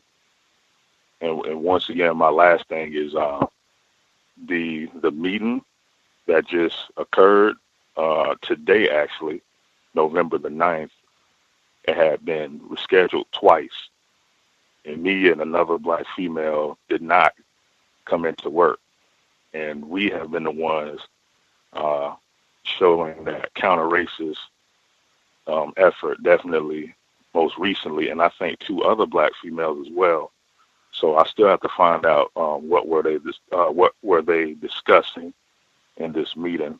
And I think she's the one, of course, that to reschedule this meeting on the day that I took off, so I wouldn't be properly informed of what they were going to speak about. And that's all I have right now. Much obliged. Caller in Florida at the courthouse. Study in white supremacy, racism, especially in the era of Governor-elect Ron DeSantis. The portion that you shared about the emails when the suspected racist came in, I think that's important because really anytime, but especially I think on the jobs, but anytime, doesn't have to be at work. Individuals classified as white, they dominate. They know that, white supreme. I'm supposed to dominate niggers. That's what I do. That's what we do. That coming and talking with that like police tone, I think that's the way you phrase it. What's your email? Give it right now. What's your email? Hey boy, just talking to us in that way. I think we should be really mindful about that because I know I'm speaking for myself now. I know when I was more confused, and even now, that's a part of our conditioning in terms of how we've been trained for centuries. I mean, even if you want to get to epigenetics, really, for centuries in terms of responding to the voice of authority, really the voice of terrorism, the way that we've been brutalized by whites, to just respond like, oh, yes, sir. Yes, sir. Yes, ma'am. My email is, to just respond in that way. And sometimes it's somebody, this is not the boss. Sometimes, it could be a white child or someone that's a subordinate that's coming and talking to you, like, as you said, like a police officer, like a warden. We are in the system of white supremacy, greater confinement, but, just be mindful that I think that's black self-respect. I think that's great, that you asked or you questioned. Why are you even talking to us like that? It's like we're being interrogated or something. Did somebody commit a crime? Is Bill Cosby in here or something? Like, what's going on?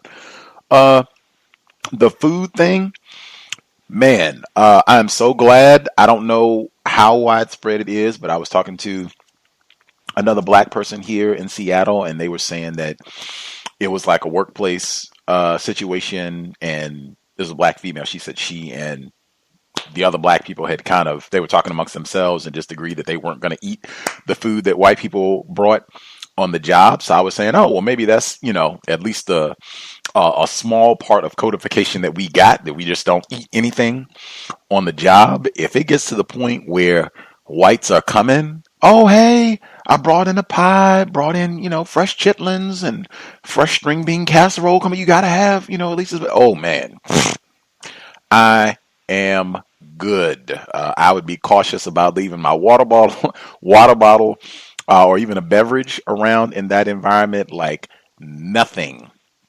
I wouldn't eat anything. If black people brought it, it wouldn't surprise me if they tried to trick you at some point and be like, "Oh yeah, Peggy, the black female over here, she made this," and then they wait till you eat. Oh, I tricked you. I made nothing. Once it gets to that point, that just sounds extremely suspicious. The white woman phrasing it as "you turned me down with the pie," like that almost was like cowbell. Like it every time that the food thing comes up now. I remember Mr. Steele when he called in and he said, was talking about food being a subject that you can talk about without it getting tacky and racist. And man, every time like this is, seeming sexualized and oh my goodness. Like I would have every sort of peanut allergy, gluten allergy.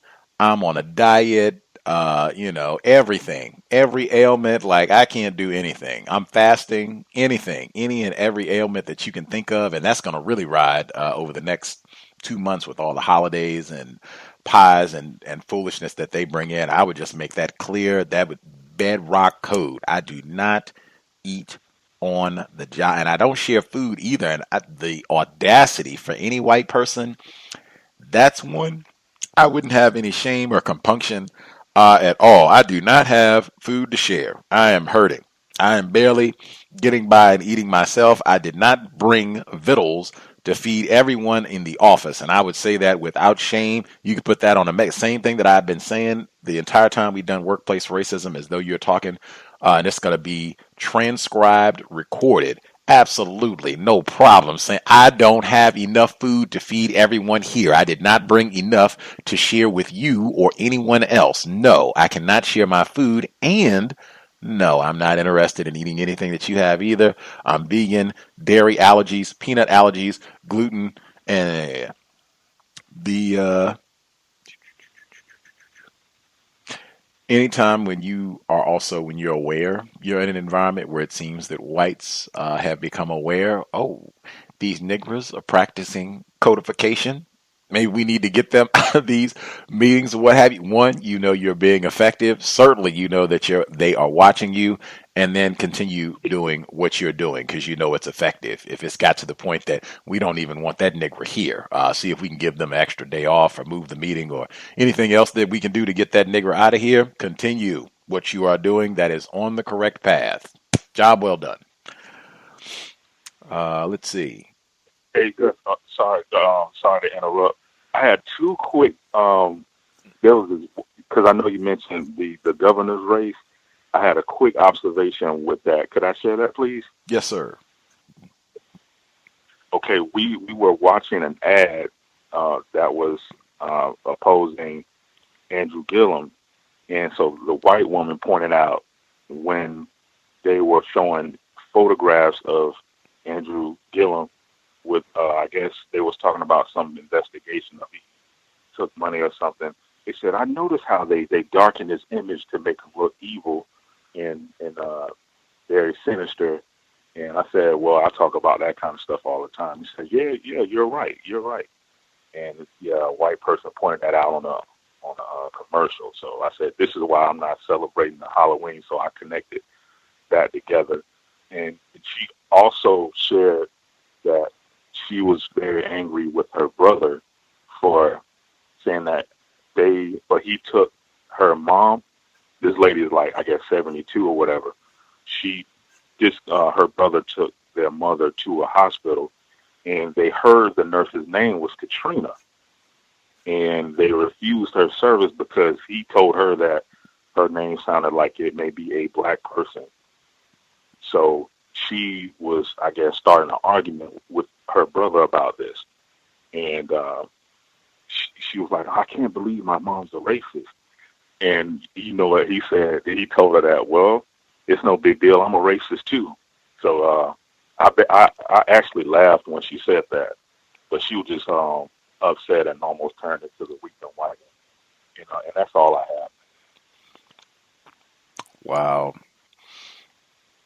I'd be careful about her too. Any white person that's making it seem like, oh, I know the deal. I know racism is a big problem, and in fact, I know a racist. I'm certainly not racist myself, you see, but oh yeah, I know a racist or two. I just can't believe it. Like, oh yeah, you are especially dangerous. I will appreciate the. Oh yeah, really? That's what your mom? Wow, didn't even want to give Katrina any help.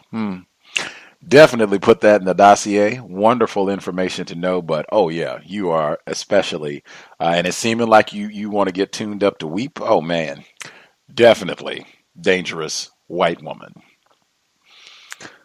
Other folks, much obliged, sir. Other folks who dialed in, who have commentary, not ignorant about racism. Notice that they darkened up old Andrew Gillum to make sure he didn't get the governorship. Notice that, not ignorant at all. Other folks who dialed in with a hand up, if we've not heard from you at all, if you have commentary, proceed.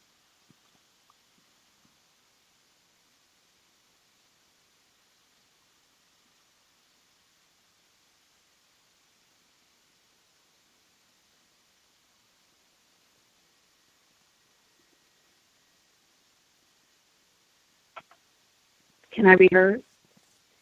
Codified software developer, yes, ma'am. Hi, good evening, Gus. Good evening to all the callers and listeners.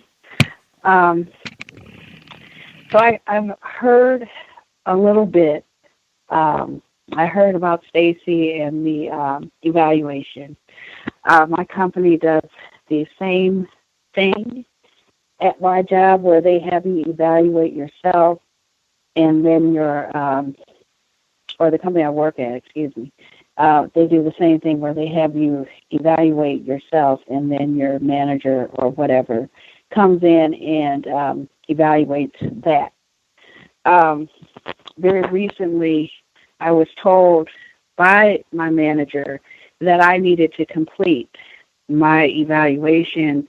It's not necessarily due until January, but I need to complete. In fact, he was telling me to complete it since about March of this year, because apparently I needed it in order to get a promotion. Well, I really didn't care about the promotion anymore, so I didn't do it.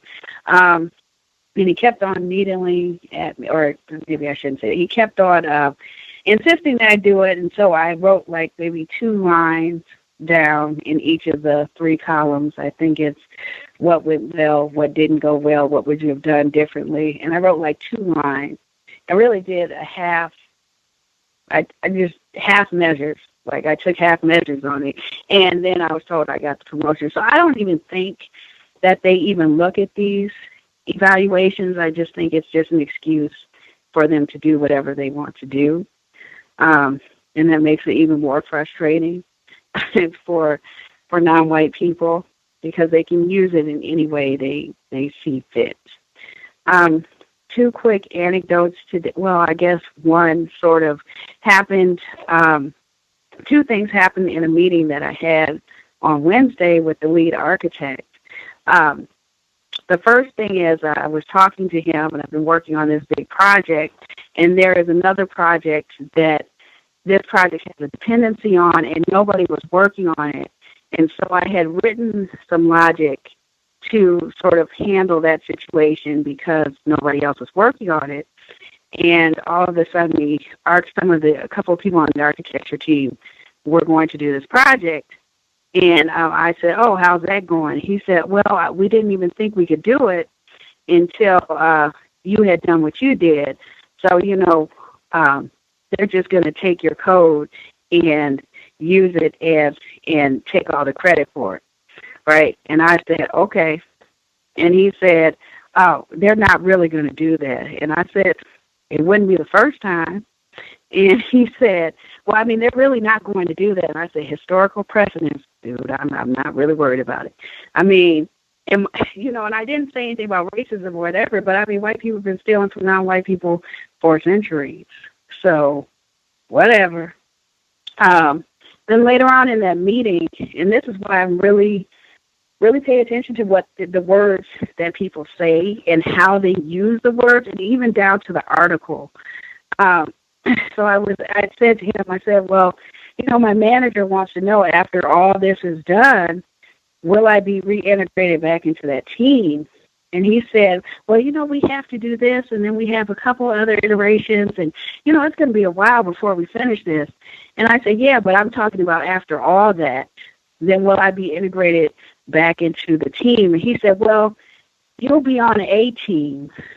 He didn't say the team. He didn't say your team. He didn't say the team's name that I was on. He said a team.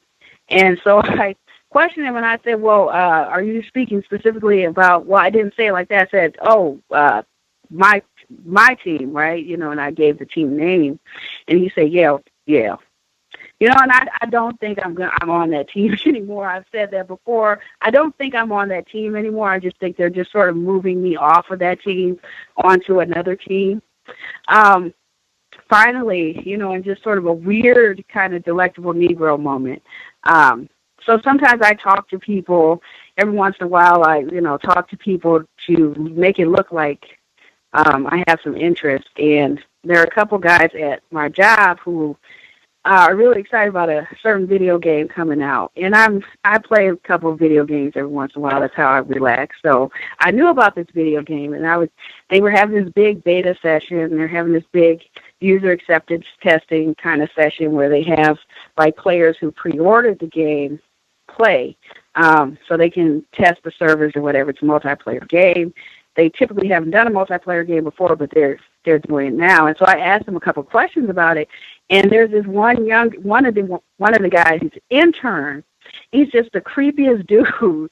And he keeps on insisting, when you get the game, we can play together. You can just give me your screen name. And I'm like, you know what? I don't really want to play with other people. I don't think I'm gonna be playing that game.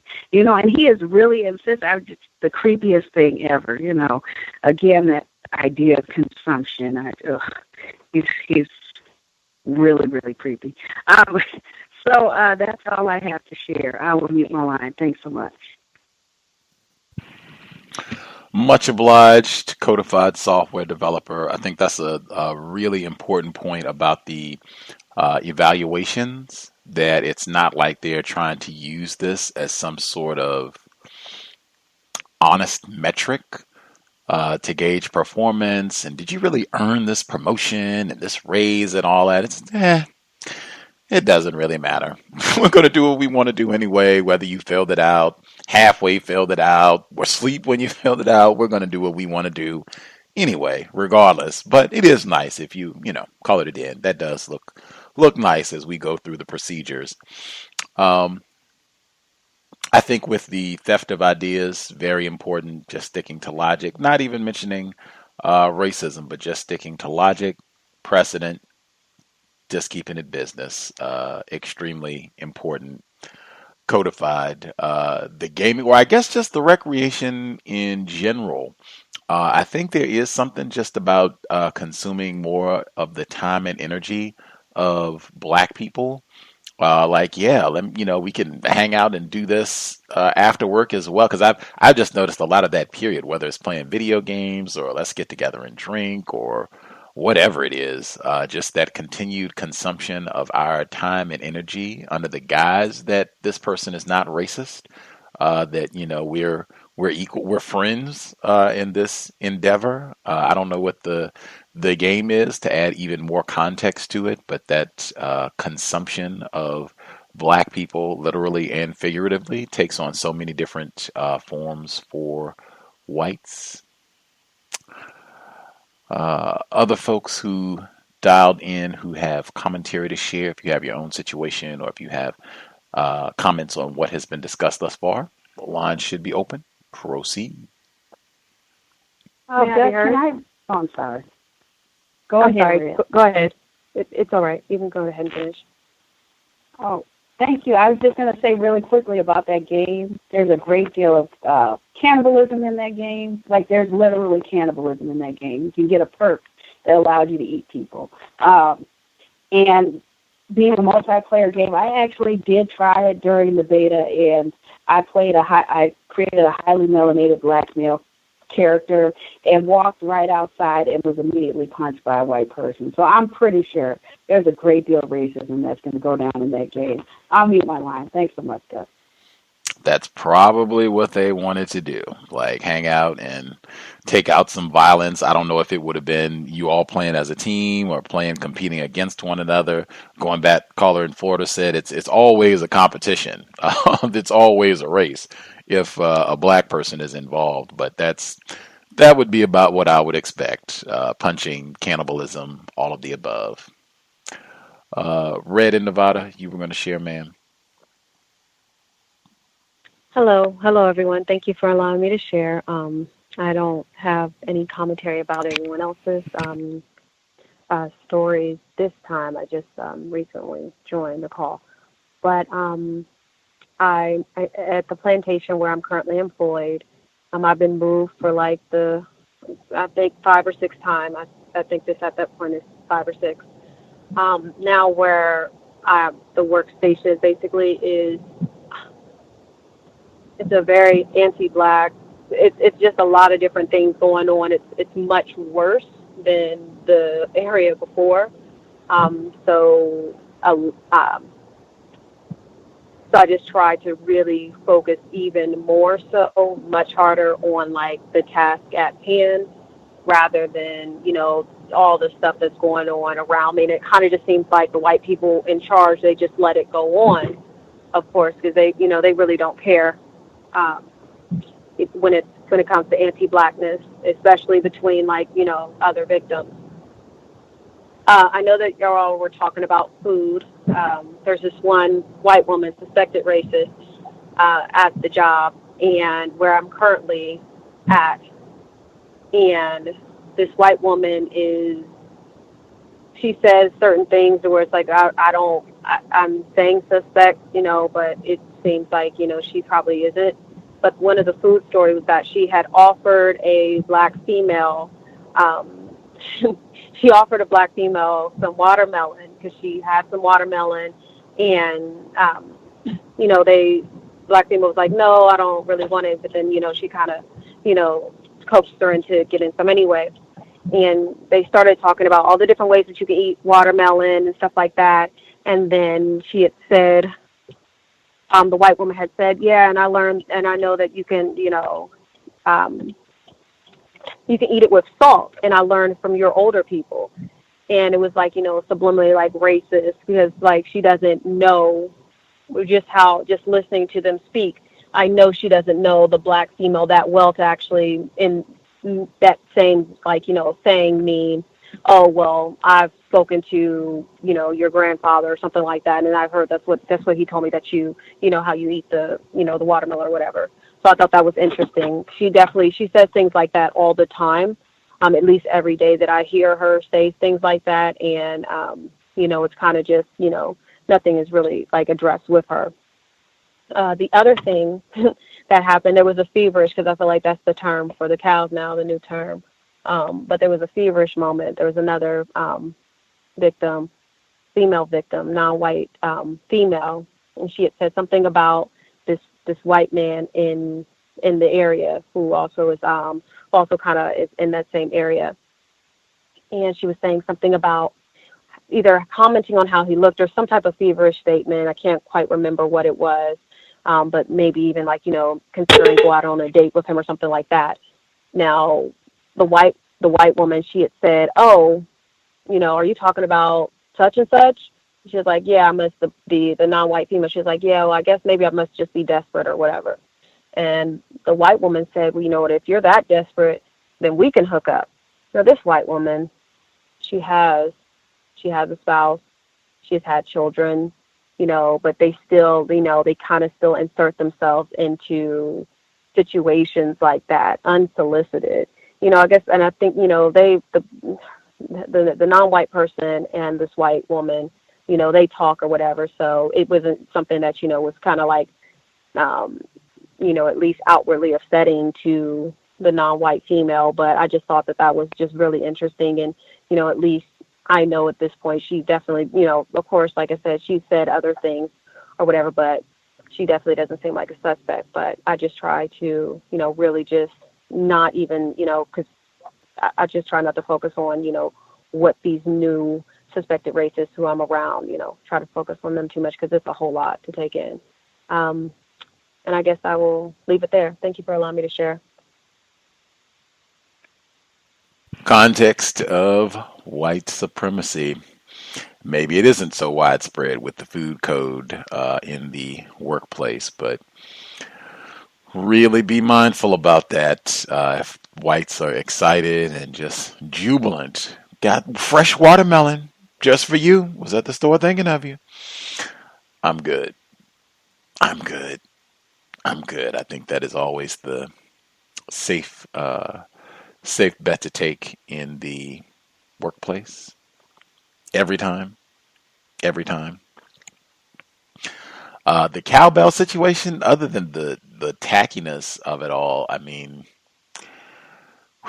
racists can really take advantage when we're confused and, you know, are open to sharing lots about ourselves in the workplace. They can really take advantage of that sort of thing.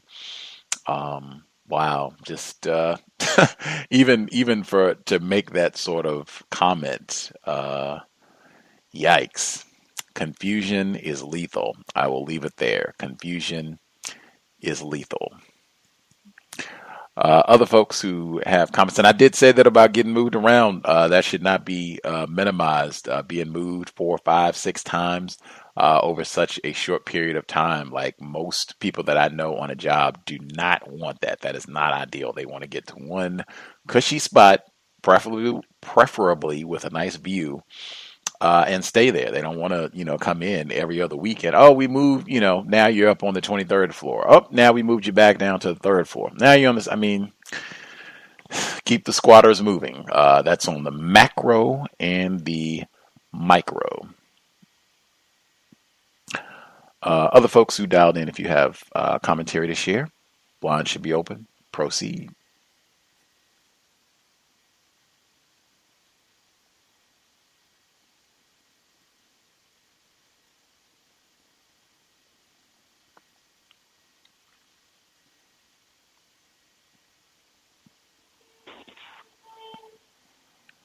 Good evening. Can I be heard? Yes, sir. Yes, I'd like to share a couple incidents that happened at my workspace. So I'm close friends with a black female that is currently pregnant, and so at my workplace, they wanted to give her a not only her, but there's 3 women that are pregnant at the same time. So they wanted to give a baby shower to these 3 women, 2 non-white black women and 1 suspected racist female. And I want to add that the suspected racist female already had another baby shower that was, I guess it was a private baby shower, but some people that work with us was invited. I definitely wasn't invited. But she had a baby shower already. And so again, they gave her a baby shower for these 3 women. So I'm sitting by the black female that I'm friends with, and I'm talking to her. And so the suspected racist female that's pregnant, she's relatively young, her first child, pregnant with her first child. The black female that I'm friends with is pregnant, and this is her second child. And I'm just listening. I'm not talking much. I'm listening.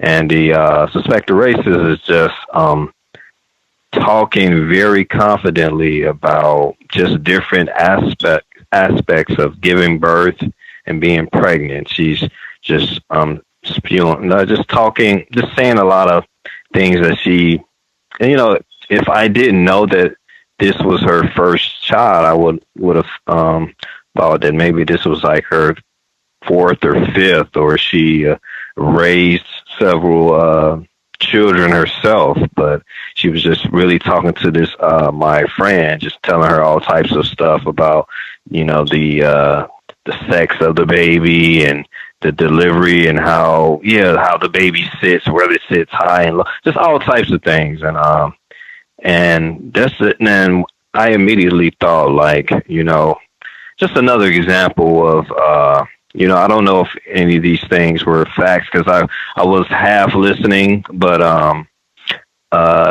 white people who claim ignorance to anything is just, it's just them practicing deception again. Like I said, this young, you know, white woman or whatever was just spitting all types of stuff as if, she was an expert. You would think she was a OBGYN or something like that. So I get up from my seat, and I'm just kind of hovering around because I don't really want to socialize too much with some of these people. So this man, I think he's a suspected racist. He might be one of these people that say that they're Latino, non-white, non-black, supposedly, but I think he's a suspected racist. I think he's white with a, I guess, so-called Latino or Spanish last name or whatever. So I overhear him speaking to another black male that I work with, and I just overhear him say, "Oh, they love African Americans," and then I get a little closer. It kind of piqued my interest, and I said, "What was that about African Americans?" He said, "Yeah, the women in Japan, they just love the African American men." And, you know, and I'm curious to, I didn't get the context, but I don't know why he said that. And I've lived in Japan myself for, you know, several years. And I found that was a racist. I thought that he was being racist there with that comment, just because, like, you know, like I can use that word feverishly, like the Japanese women are just feverishly chasing, you know, black men. And there are some that are, I guess, attracted to black men, but it's not. I tend to see that white males greatly exaggerate that point. And again, that's me. For me, before going to and living to Japan, and, you know, and afterwards, they just say, like, you know, they're just, you know, I guess putting us out there as these, you know, sexual beasts or whatever. I don't know. That's the point that I got from him. And also, he made another point to say how racist that Japanese people are. So I'm listening. He says, I had my ex-girlfriend, man. Those Japanese people, they just hate Chinese people and Filipinos. They just hate them. They're so racist. He used to say all types of racist things whenever a Chinese person was around and a Filipino was around. I was like, and I just took note of that. So again, he's definitely on my racist suspect list. So lastly, there was a white female that was the person that coordinated this baby shower, again, for two non-white black females and a white suspected racist female. The white female, you know, coordinated this baby shower during work hours. So I was talking to my black female friend, and she told me this happened today, and I was like, I have to share this on the program today. She said, and they were working in their workspace, and this white female said, this is kind of frustrating. There's not really any white female role models for white women like me. I mean, just look at the black females. They have so many role models to look up to, so many mentors. Like you have people like Oprah, and you have Beyonce, and stuff like that. And it's just kind of, it's kind of sad that we don't have many white female role models. And yeah, just another racist comment. Just always portraying themselves to be victims when they're actually, practicing terrorism, pretty much all the time. And that's all I have to share. Thank you. The lie of white fragility. Such a hard world for them, under attack, no role models. It's difficult.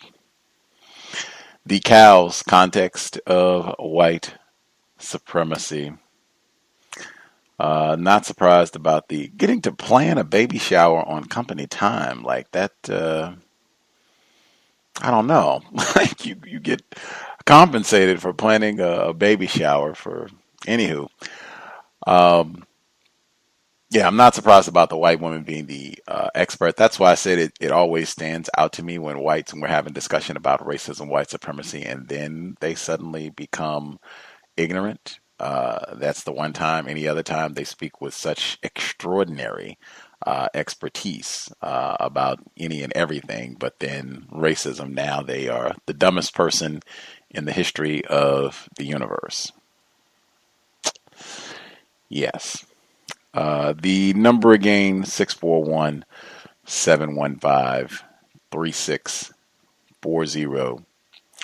The code 564-943#. Press *61 if you would like to participate. And I'm sure she wouldn't even make a comment like that to a white person. That's like her reserved Negro talk that I'll go and whimper and whine that they don't have white role models for me to follow in the world. That's, practicing racism, correctly identified. Practicing racism. Other folks who dialed in, if you have commentary you would like to share, comments on what's been shared thus far, or if you have your own situation, proceed.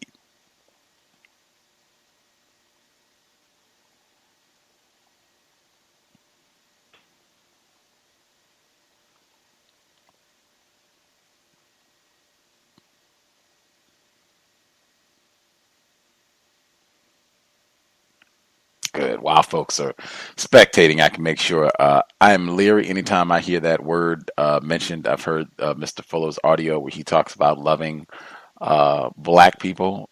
Anytime someone says that, like, oh man, like, woo, I am super leery about anyone articulating that they love black people, black females, black males, black people collectively, black babies. Like, man, super leery.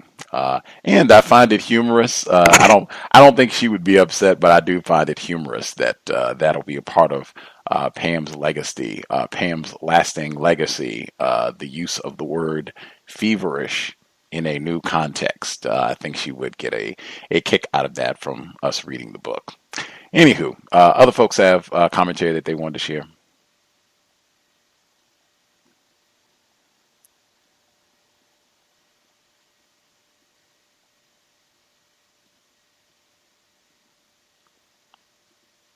Hi, Gus. Stacy in the UK. You mentioned something about holiday leave. I forgot to mention another recent racist experience with my manager. I've worked for the organisation for a long time. Only twice have I ever encountered a problem with annual leave. This time round,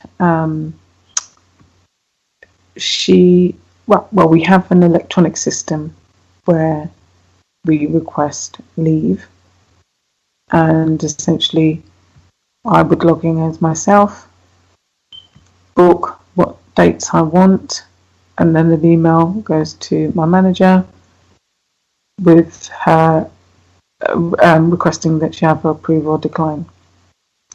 But I find it quite impersonal. So I always will either send an email beforehand or an email afterwards saying, I've just sent through a request for leave.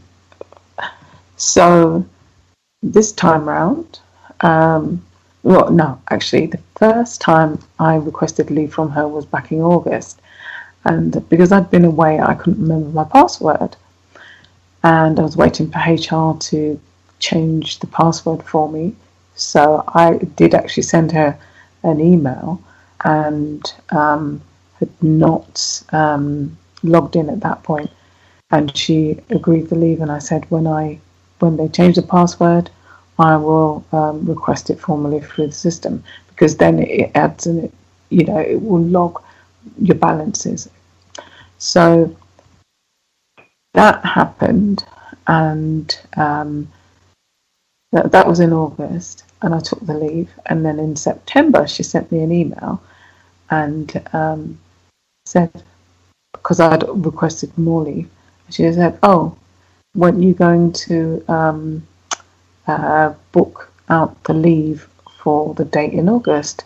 So I'm like, why is this woman sending me this? Because I had actually gone in and requested it formally. But I think she was trying to trip me up. But once you send the request through, you get an electronic response back. So the request will go to your manager, but you also get an email acknowledgement that you've requested leave and it's pending approval. And I never, ever delete emails. If you send me a joke, it's in my inbox. So I kept the request that came through from the electronic system. So when she was trying to claim that I hadn't booked leave, I forwarded her the electronic request that came through. So then all of a sudden, I don't know what happened. I'll check with HR because I didn't receive this. I thought, yeah, whatever.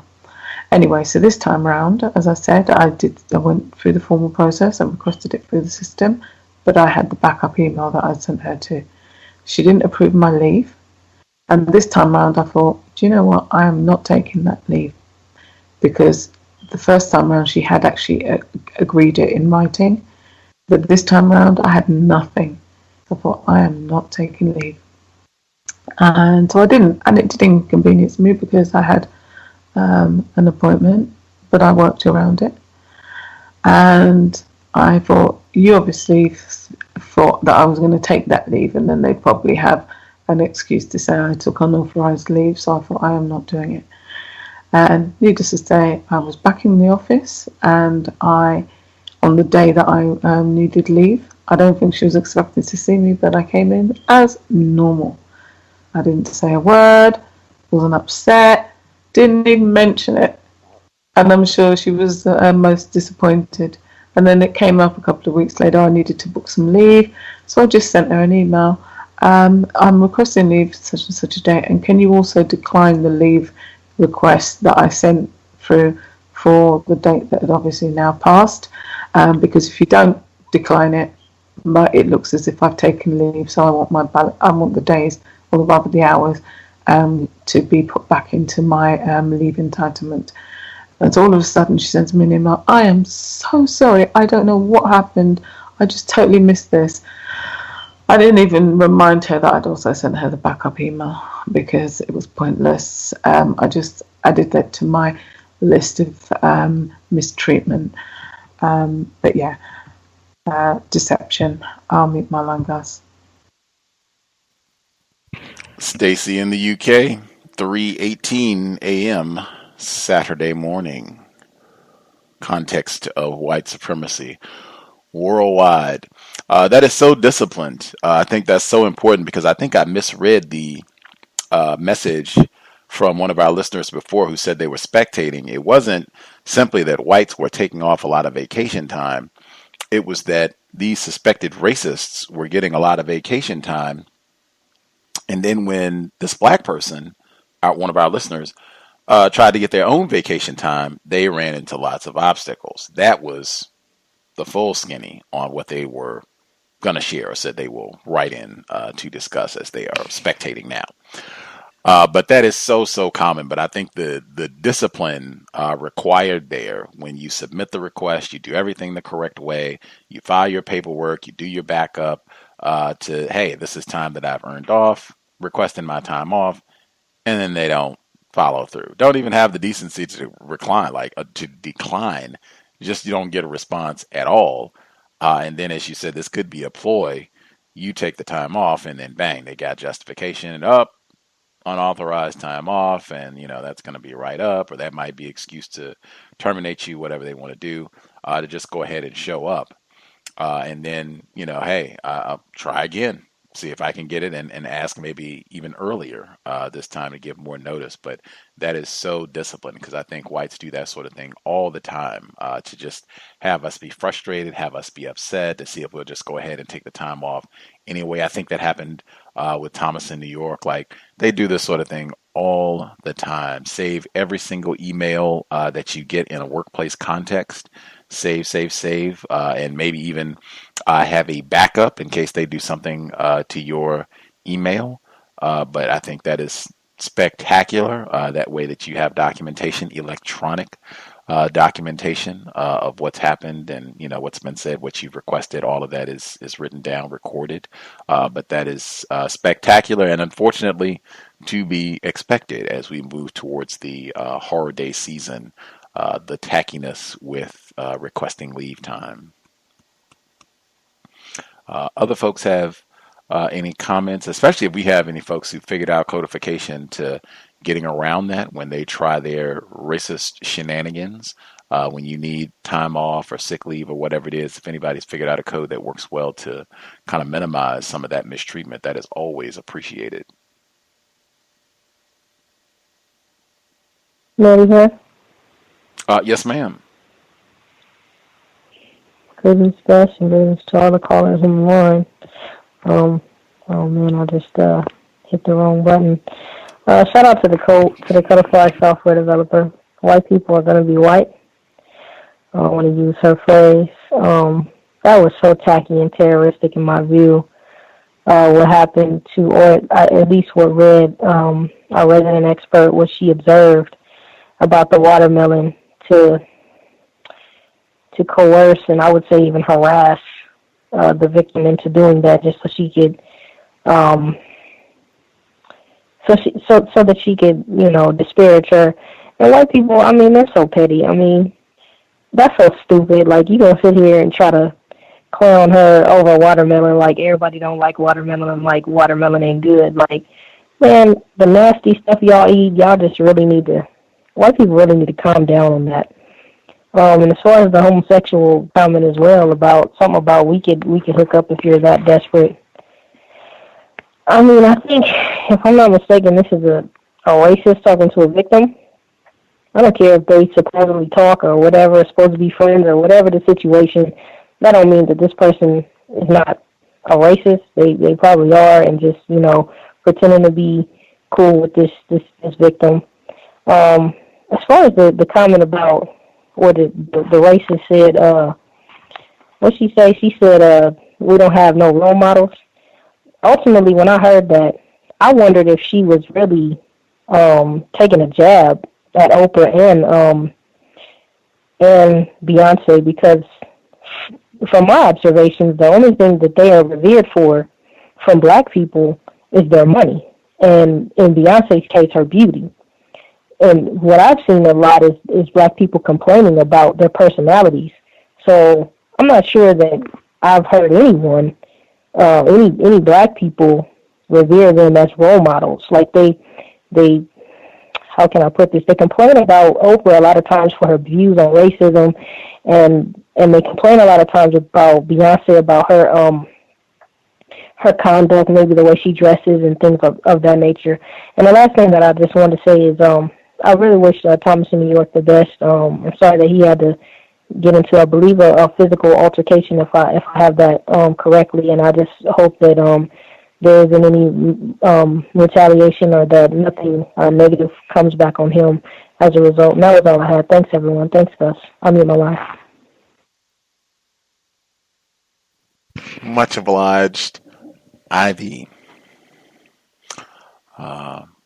Yes, hoping Thomas in New York is doing well and no repercussions, no retaliation from racists on the job.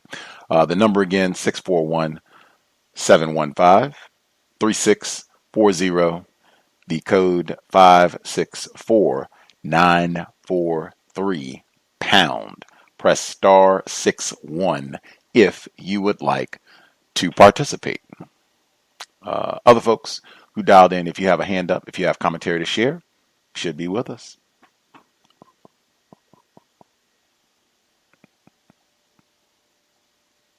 Can I be heard? Codified software developer. Yes, sir. I just wanted to comment about the vacation taking. So I've had, at the company that I work for now, I've had two extremes where I've had one manager who didn't care what time you took off. He would frequently, I don't even think he paid attention to what time you were taking off. If you put in a time off request, he would grant it. That proved to be problematic when when I mistakenly thought we did not have July 3rd off and I needed it off for something for my son. And I took it off and then I found out that we already had it off, and so there was no reason for me to use vacation time. And I asked him why he gave it off, why he gave it to me, and he said, "Oh, well, I just approved those, and that's my birthday too, and so I know he knew that we had that day off." And now I have a manager who actually is pretty hardcore about taking the time off. I have used, and also working from home, I've cited policy and procedure. So my grandmother died, and when she was dying, I told him, I said, well, I will probably be taking bereavement, which is, according to our policy and procedure, I would do 3 days of bereavement. So I said, I'll probably be taking bereavement sometime soon. And he said, well, you need to bring in all this documentation and show it to HR. And my grandfather died previously the year before when I was with the other manager, and I didn't have to do any of that. All I had to do was put in a request. And I asked HR if they needed some documentation, and they said no. And I brought that up. He said, well, things are different. And so when I put in the bereavement request, I just said per page 45 of the policy and procedure that says I get 3 days off. On the actual request, it was approved, no problem. And as far as holiday vacation, I will generally take a week off around Christmas, between Christmas and New Year's, not because I celebrate the holiday, but because my son is off and I want to spend time with him. And I will frequently do that, and I will make sure that I'm talking about that 2 months in advance with my manager so that he is aware. It just so happens that this particular plantation I work at, that is a time where we have a cold freeze, and there's really not a lot of work going on, so it's very slow. But that's always been my methodology, either use policies and procedures when it comes to work from home, saying, well, this CEO just sent out an email that said we can work from home at least 2 days a week, or making it known that, yes, I'm going to take this time off. I'm going to bring this up with everybody who has authority to allow me to take this time off, and I'm going to make sure that I get it. That's all I have on Mute My Line. Love it that we did not get through a broadcast on workplace racism without a citation of the importance of policy and procedure, citing specific page, paragraph, sentence. Love it. That make sure you have read your policy and procedure. And it should be helpful. It shouldn't be, a drag. It should be something where you have learned quite a bit about the place where you work. And then it's useful. We get bereavement time. Oh, okay. Great. Can use that. And then if it's any rigmarole, boop, page 45, 3 days. That's what it says. And they'll do that sometimes. That's the other reason I think it's so important. I think uh, I'm not one of my favorite words, like feverish has caught on, but I think it's empowering when you know what the policy and procedure is in your workplace. When you have a race soldier who comes to you and says, "Oh, we don't have bereavement policy here," or you have to bring in a note. In fact, we'll need a DNA specimen from the corpse and a letter from the funeral home, and we'll need a notarized copy of the death certificate. And they're just rattling off and talking to practicing racism, which is done frequently, all the time, worldwide. Wait a minute, as opposed to an exact thing that I said before, that voice of authority. Because sometimes, just like caller in Florida said, they'll come and it won't be, "Oh, I'm so sorry that you lost." Sometimes it'll be they just come, white people being white. "Look here, we don't do bereavement days. If you're going to take any days off, you need to have this signed. Hey, look here." That's the way that they'll talk to you. It'll be nasty and rude. That's the way that we make a condition. "Oh, I guess I won't, get to take my days off." Just reading policy and procedure. You don't have to be, intimidated, and that can happen to a lot of us. Just, "Oh, well, wait a minute. The policy says that we get 3 days. Is this an error? Has something changed?" A lot of times that can be enough. Problem solved. You get your time off and proceed. Policy and procedure, very, very helpful. Make sure you have read it in full. Then you can quote it all the time. Yeah, that could be your thing to reference. You could get a reputation for quoting policy and procedure. Other folks, any other comments that they wanted to share?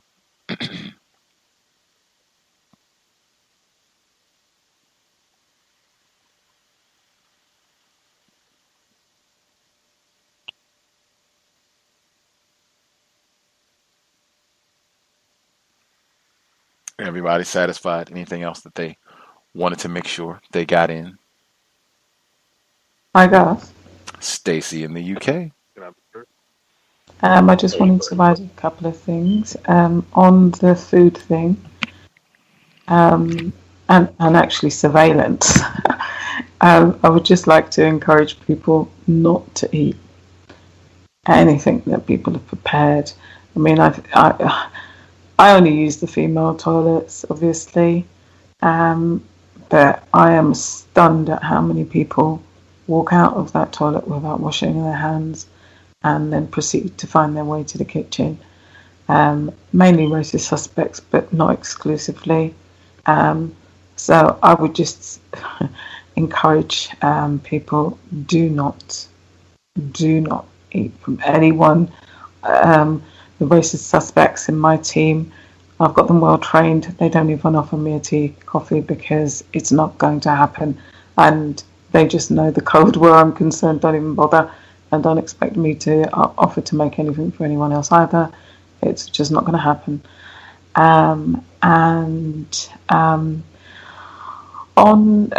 Actually, they.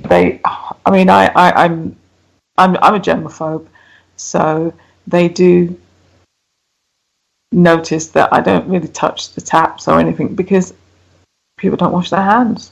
So I usually have a pen or something, because the taps, the way they're designed, you can actually press them with your hand. So I usually got, if it's not a tissue, it's a pen. And I remember my race soldier manager, who wasn't my manager at the time, observing me using the photocopier with my pen, and another little race soldier observing me using my pen to use the water tap. I just didn't even respond to their question. I just didn't say a word, and then they got bored. But they just pay a lot of attention to what you do. On the emotion thing, and just, I guess trying to control when you're being provoked. I remember years ago, I am so much better now in terms of managing my reactions to what race suspects do. But, years ago, there was a procurement lawyer who he was supposed to be advising me on a piece of work.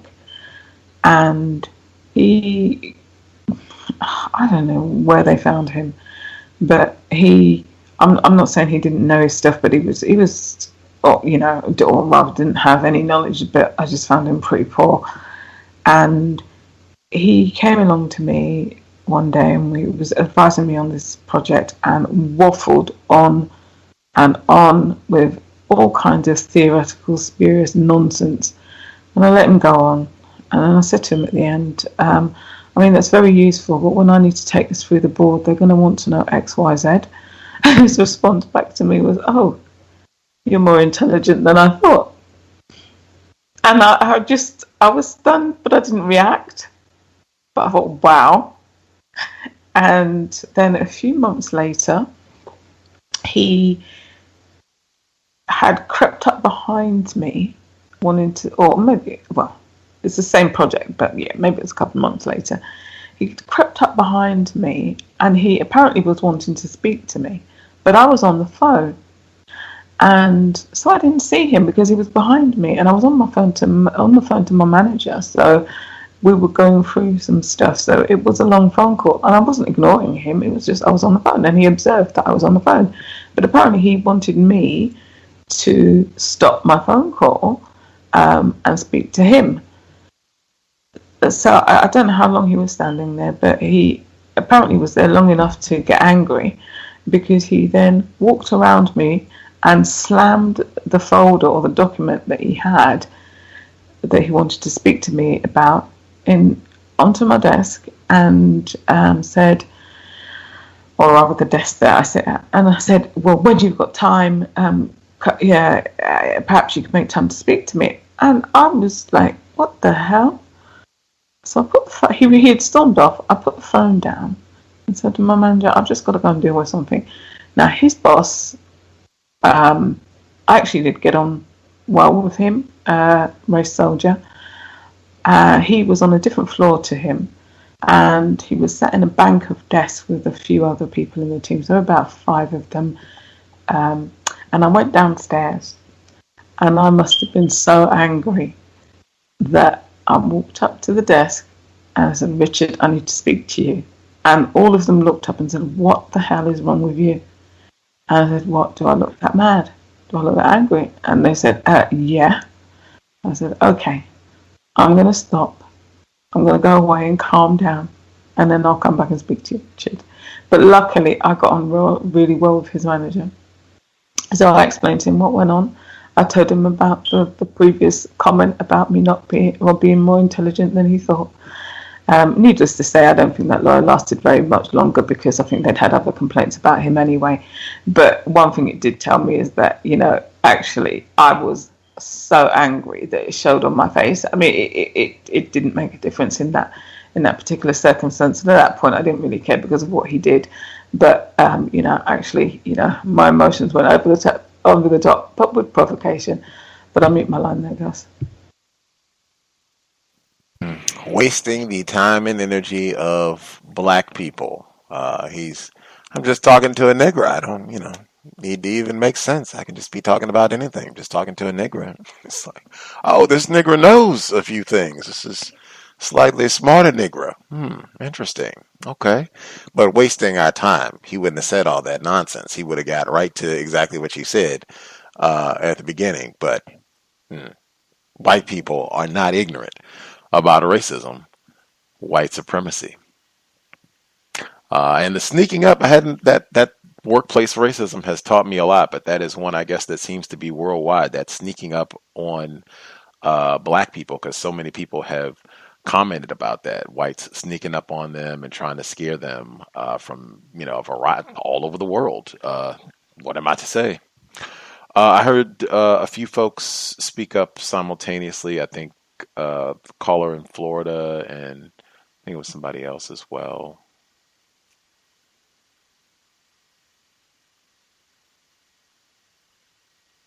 The other person can go if it was someone else that spoke, or am I okay to go? Or? I don't hear them, so you should proceed. All right, thank you, sir. I had just 2 other reports I wanted to contribute The first one was we have a new non-white person that started last month, uh, and she is what they call bilingual. And I heard a white woman making, well, prior to her starting employment in our area, or in, where I work, she was just talking about how she can't stand doing the translated like marriage license for the people who need, the non-white people who need that Spanish translator or whatever.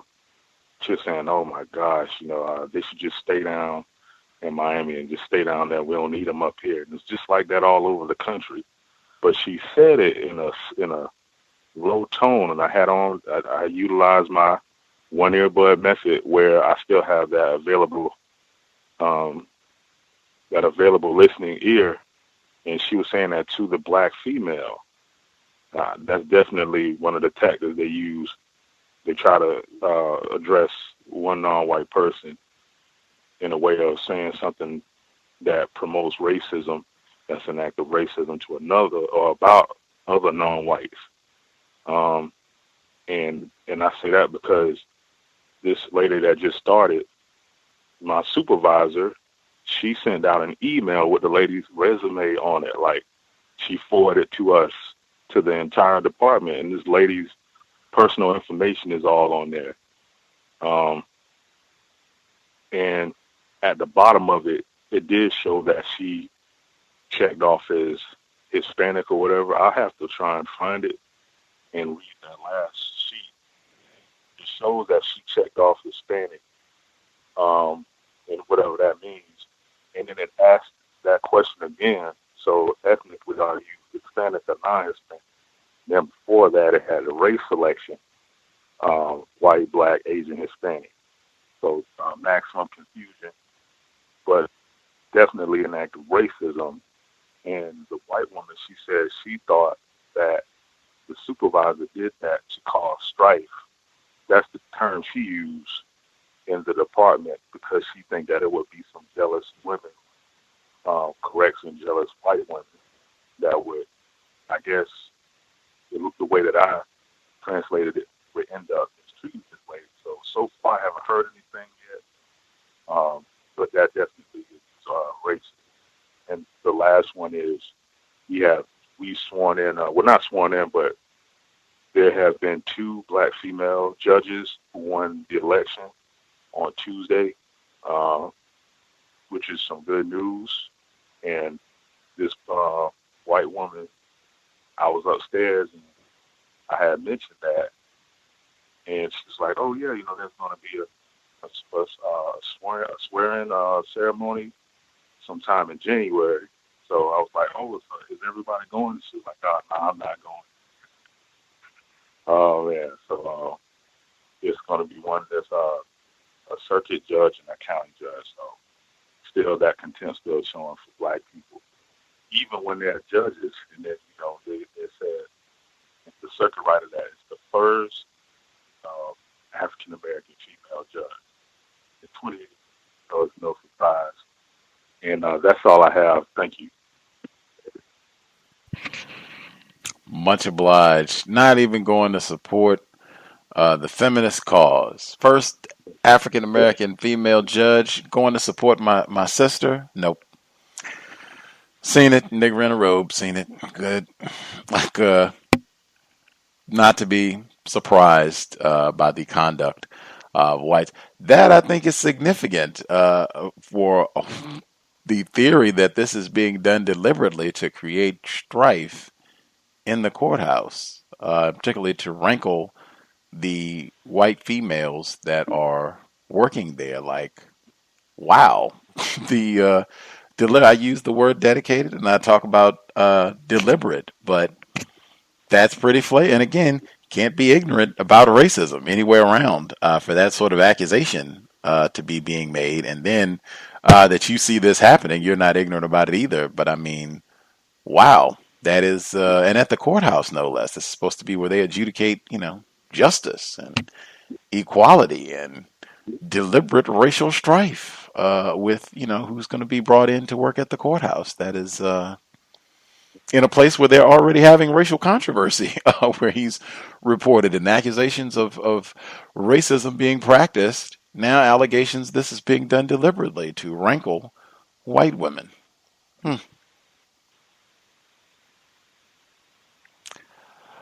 Was there someone else that spoke up? Because I thought I did hear multiple. Was anybody else that we missed who had commentary they wanted to make sure they got in?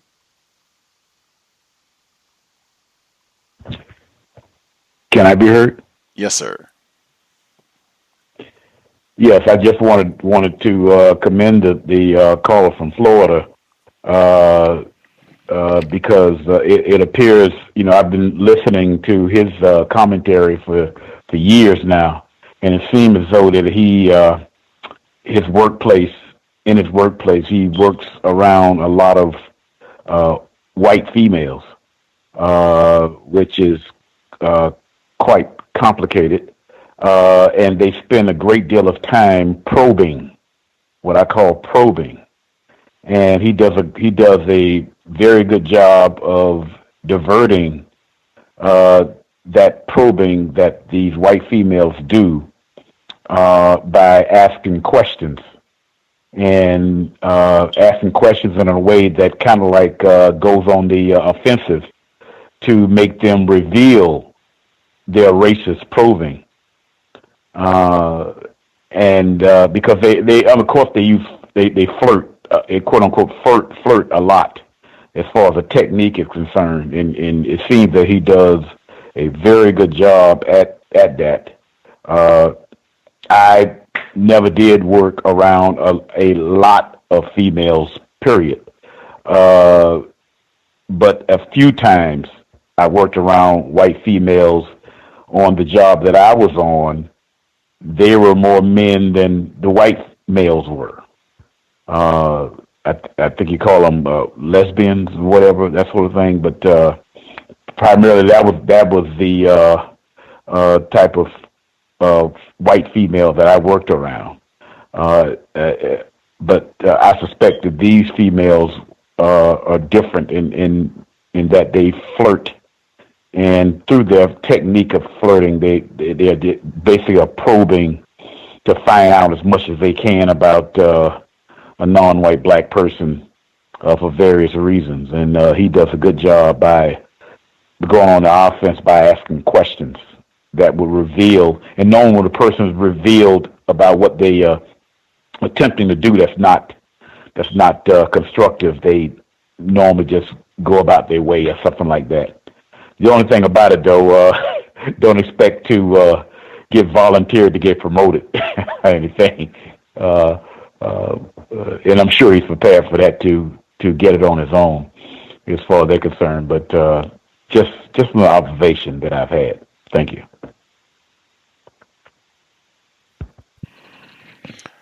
Much obliged, retired firefighter.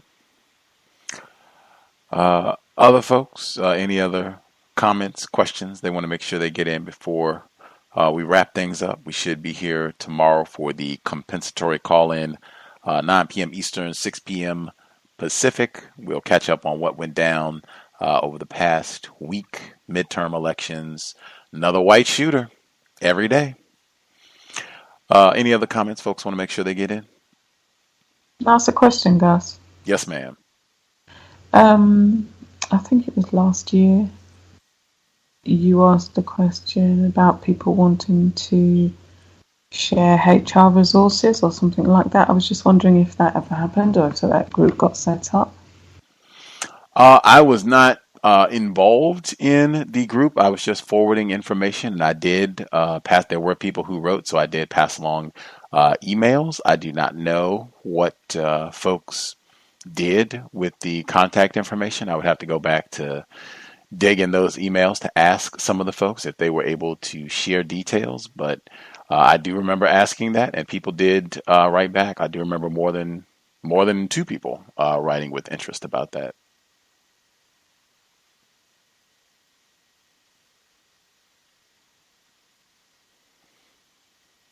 I'll email and let folks know if they were able to come up with any details, any constructive info, because that is certainly needed. I can put put that out again in terms of resources, HR resources that would be helpful for Black employees, Black people in the area of labor.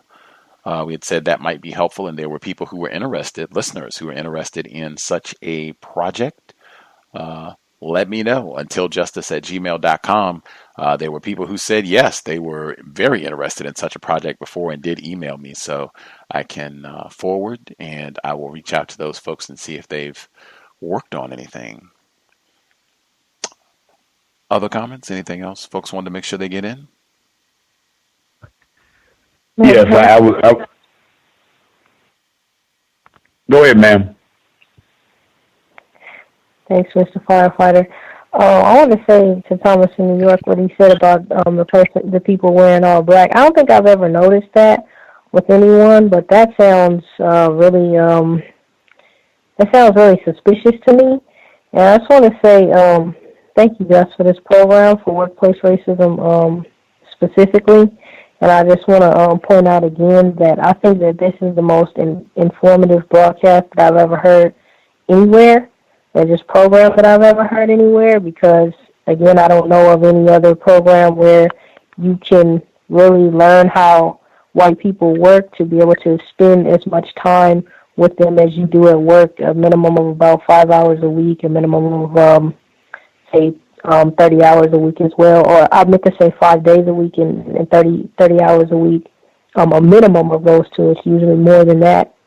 And so I don't know how you can study white people more in any other situation, and studying white people seems to be the key to solving this problem. So I just think that this workplace racism is just an incredible broadcast, and just, shout out to you, Gus, and everyone who has ever called in to this program, workplace racism specifically, over the whole time that it's been in existence. And thank you, Firefighter, for yielding on my line. Thanks, everyone. Thanks, Gus. Much obliged, Ivy, retired firefighter. Yeah, just wanted to prefix tomorrow's program. It should be very interesting. Down here, there is hopes, quote unquote, hopes have been regenerated on the political activity, or professional voting activities. Has been reinvigorated to Black people, that they have some kind of hope because votes have been misplaced, and primarily the brunt of the blame is going to be on a non-white Black female by the name of Dr. Brenda Snipes. Something similar is taking place in Georgia also, to whereas the Black female who was running for governor is basically stating that I am not going to concede until hell freezes over, I guess. So tomorrow's program should be interesting. Very sad, very sad. I saw with some of the I took what I do every day, counter racism and yoga. So I took my morning yoga classes, and I was at the 6:15 class this morning, a.m. Class ends, non-white female. We had talked about the midterms last week. I told her that I thought Ron DeSantis was going to win. And so we were talking after class, and she says, I remember you said last week that DeSantis was going to win. She describes herself as a Democrat and progressive and all that. And she's like, yeah, I'm still got hope. They're going to do a recount in Florida, and they're going to do that recount in Georgia as well. And, I'm still hopeful that Ms. Abrams and Mr. Gillum, that they can pull it out. I still got hope. And said I'm going to be pragmatic, practical, logical system of racism, white supremacy, especially in Florida where Mr. Gillum already conceded. But yeah, we'll chat about all of that, I'm sure, tomorrow. Racial theater at its best, the 2018 midterms. Much obliged to everyone for participating. I hope it has been a constructive investment of your Friday evening. Again, we'll be here tomorrow. Compensatory call-in. 9 p.m. Eastern, 6 p.m. Pacific. If you have questions, comments, email untiljustice@gmail.com. untiljustice@gmail.com. Certainly, as always, sobriety would be best under conditions of white terrorism. We would do best to preserve our brain computers so that we can think of new concepts, solutions to the problem: racist man, racist woman, racist child. In addition to being sober, let's be buckled up each and every time we are in a vehicle, driver or passenger. Let's do all that we can to minimize contact with race soldiers, badge or no. That said, Creator, we ask that you help us remain patient with other black people, victims of white supremacy. We ask that you help us remain patient with ourselves. Remind us to demonstrate the highest levels of black self-respect at all times, in all places, each and every time we are in contact with another black person. It has been time. Replace white supremacy with justice immediately. Cal signing out. Thanks all for tuning in. Nigga, you so brainwashed. I'm a victim, brother. Problem. You're a victim. Man, I'm a victim of 400 years of conditioning. Shut up. The man has programmed my conditioning. Even my conditioning has been conditioned.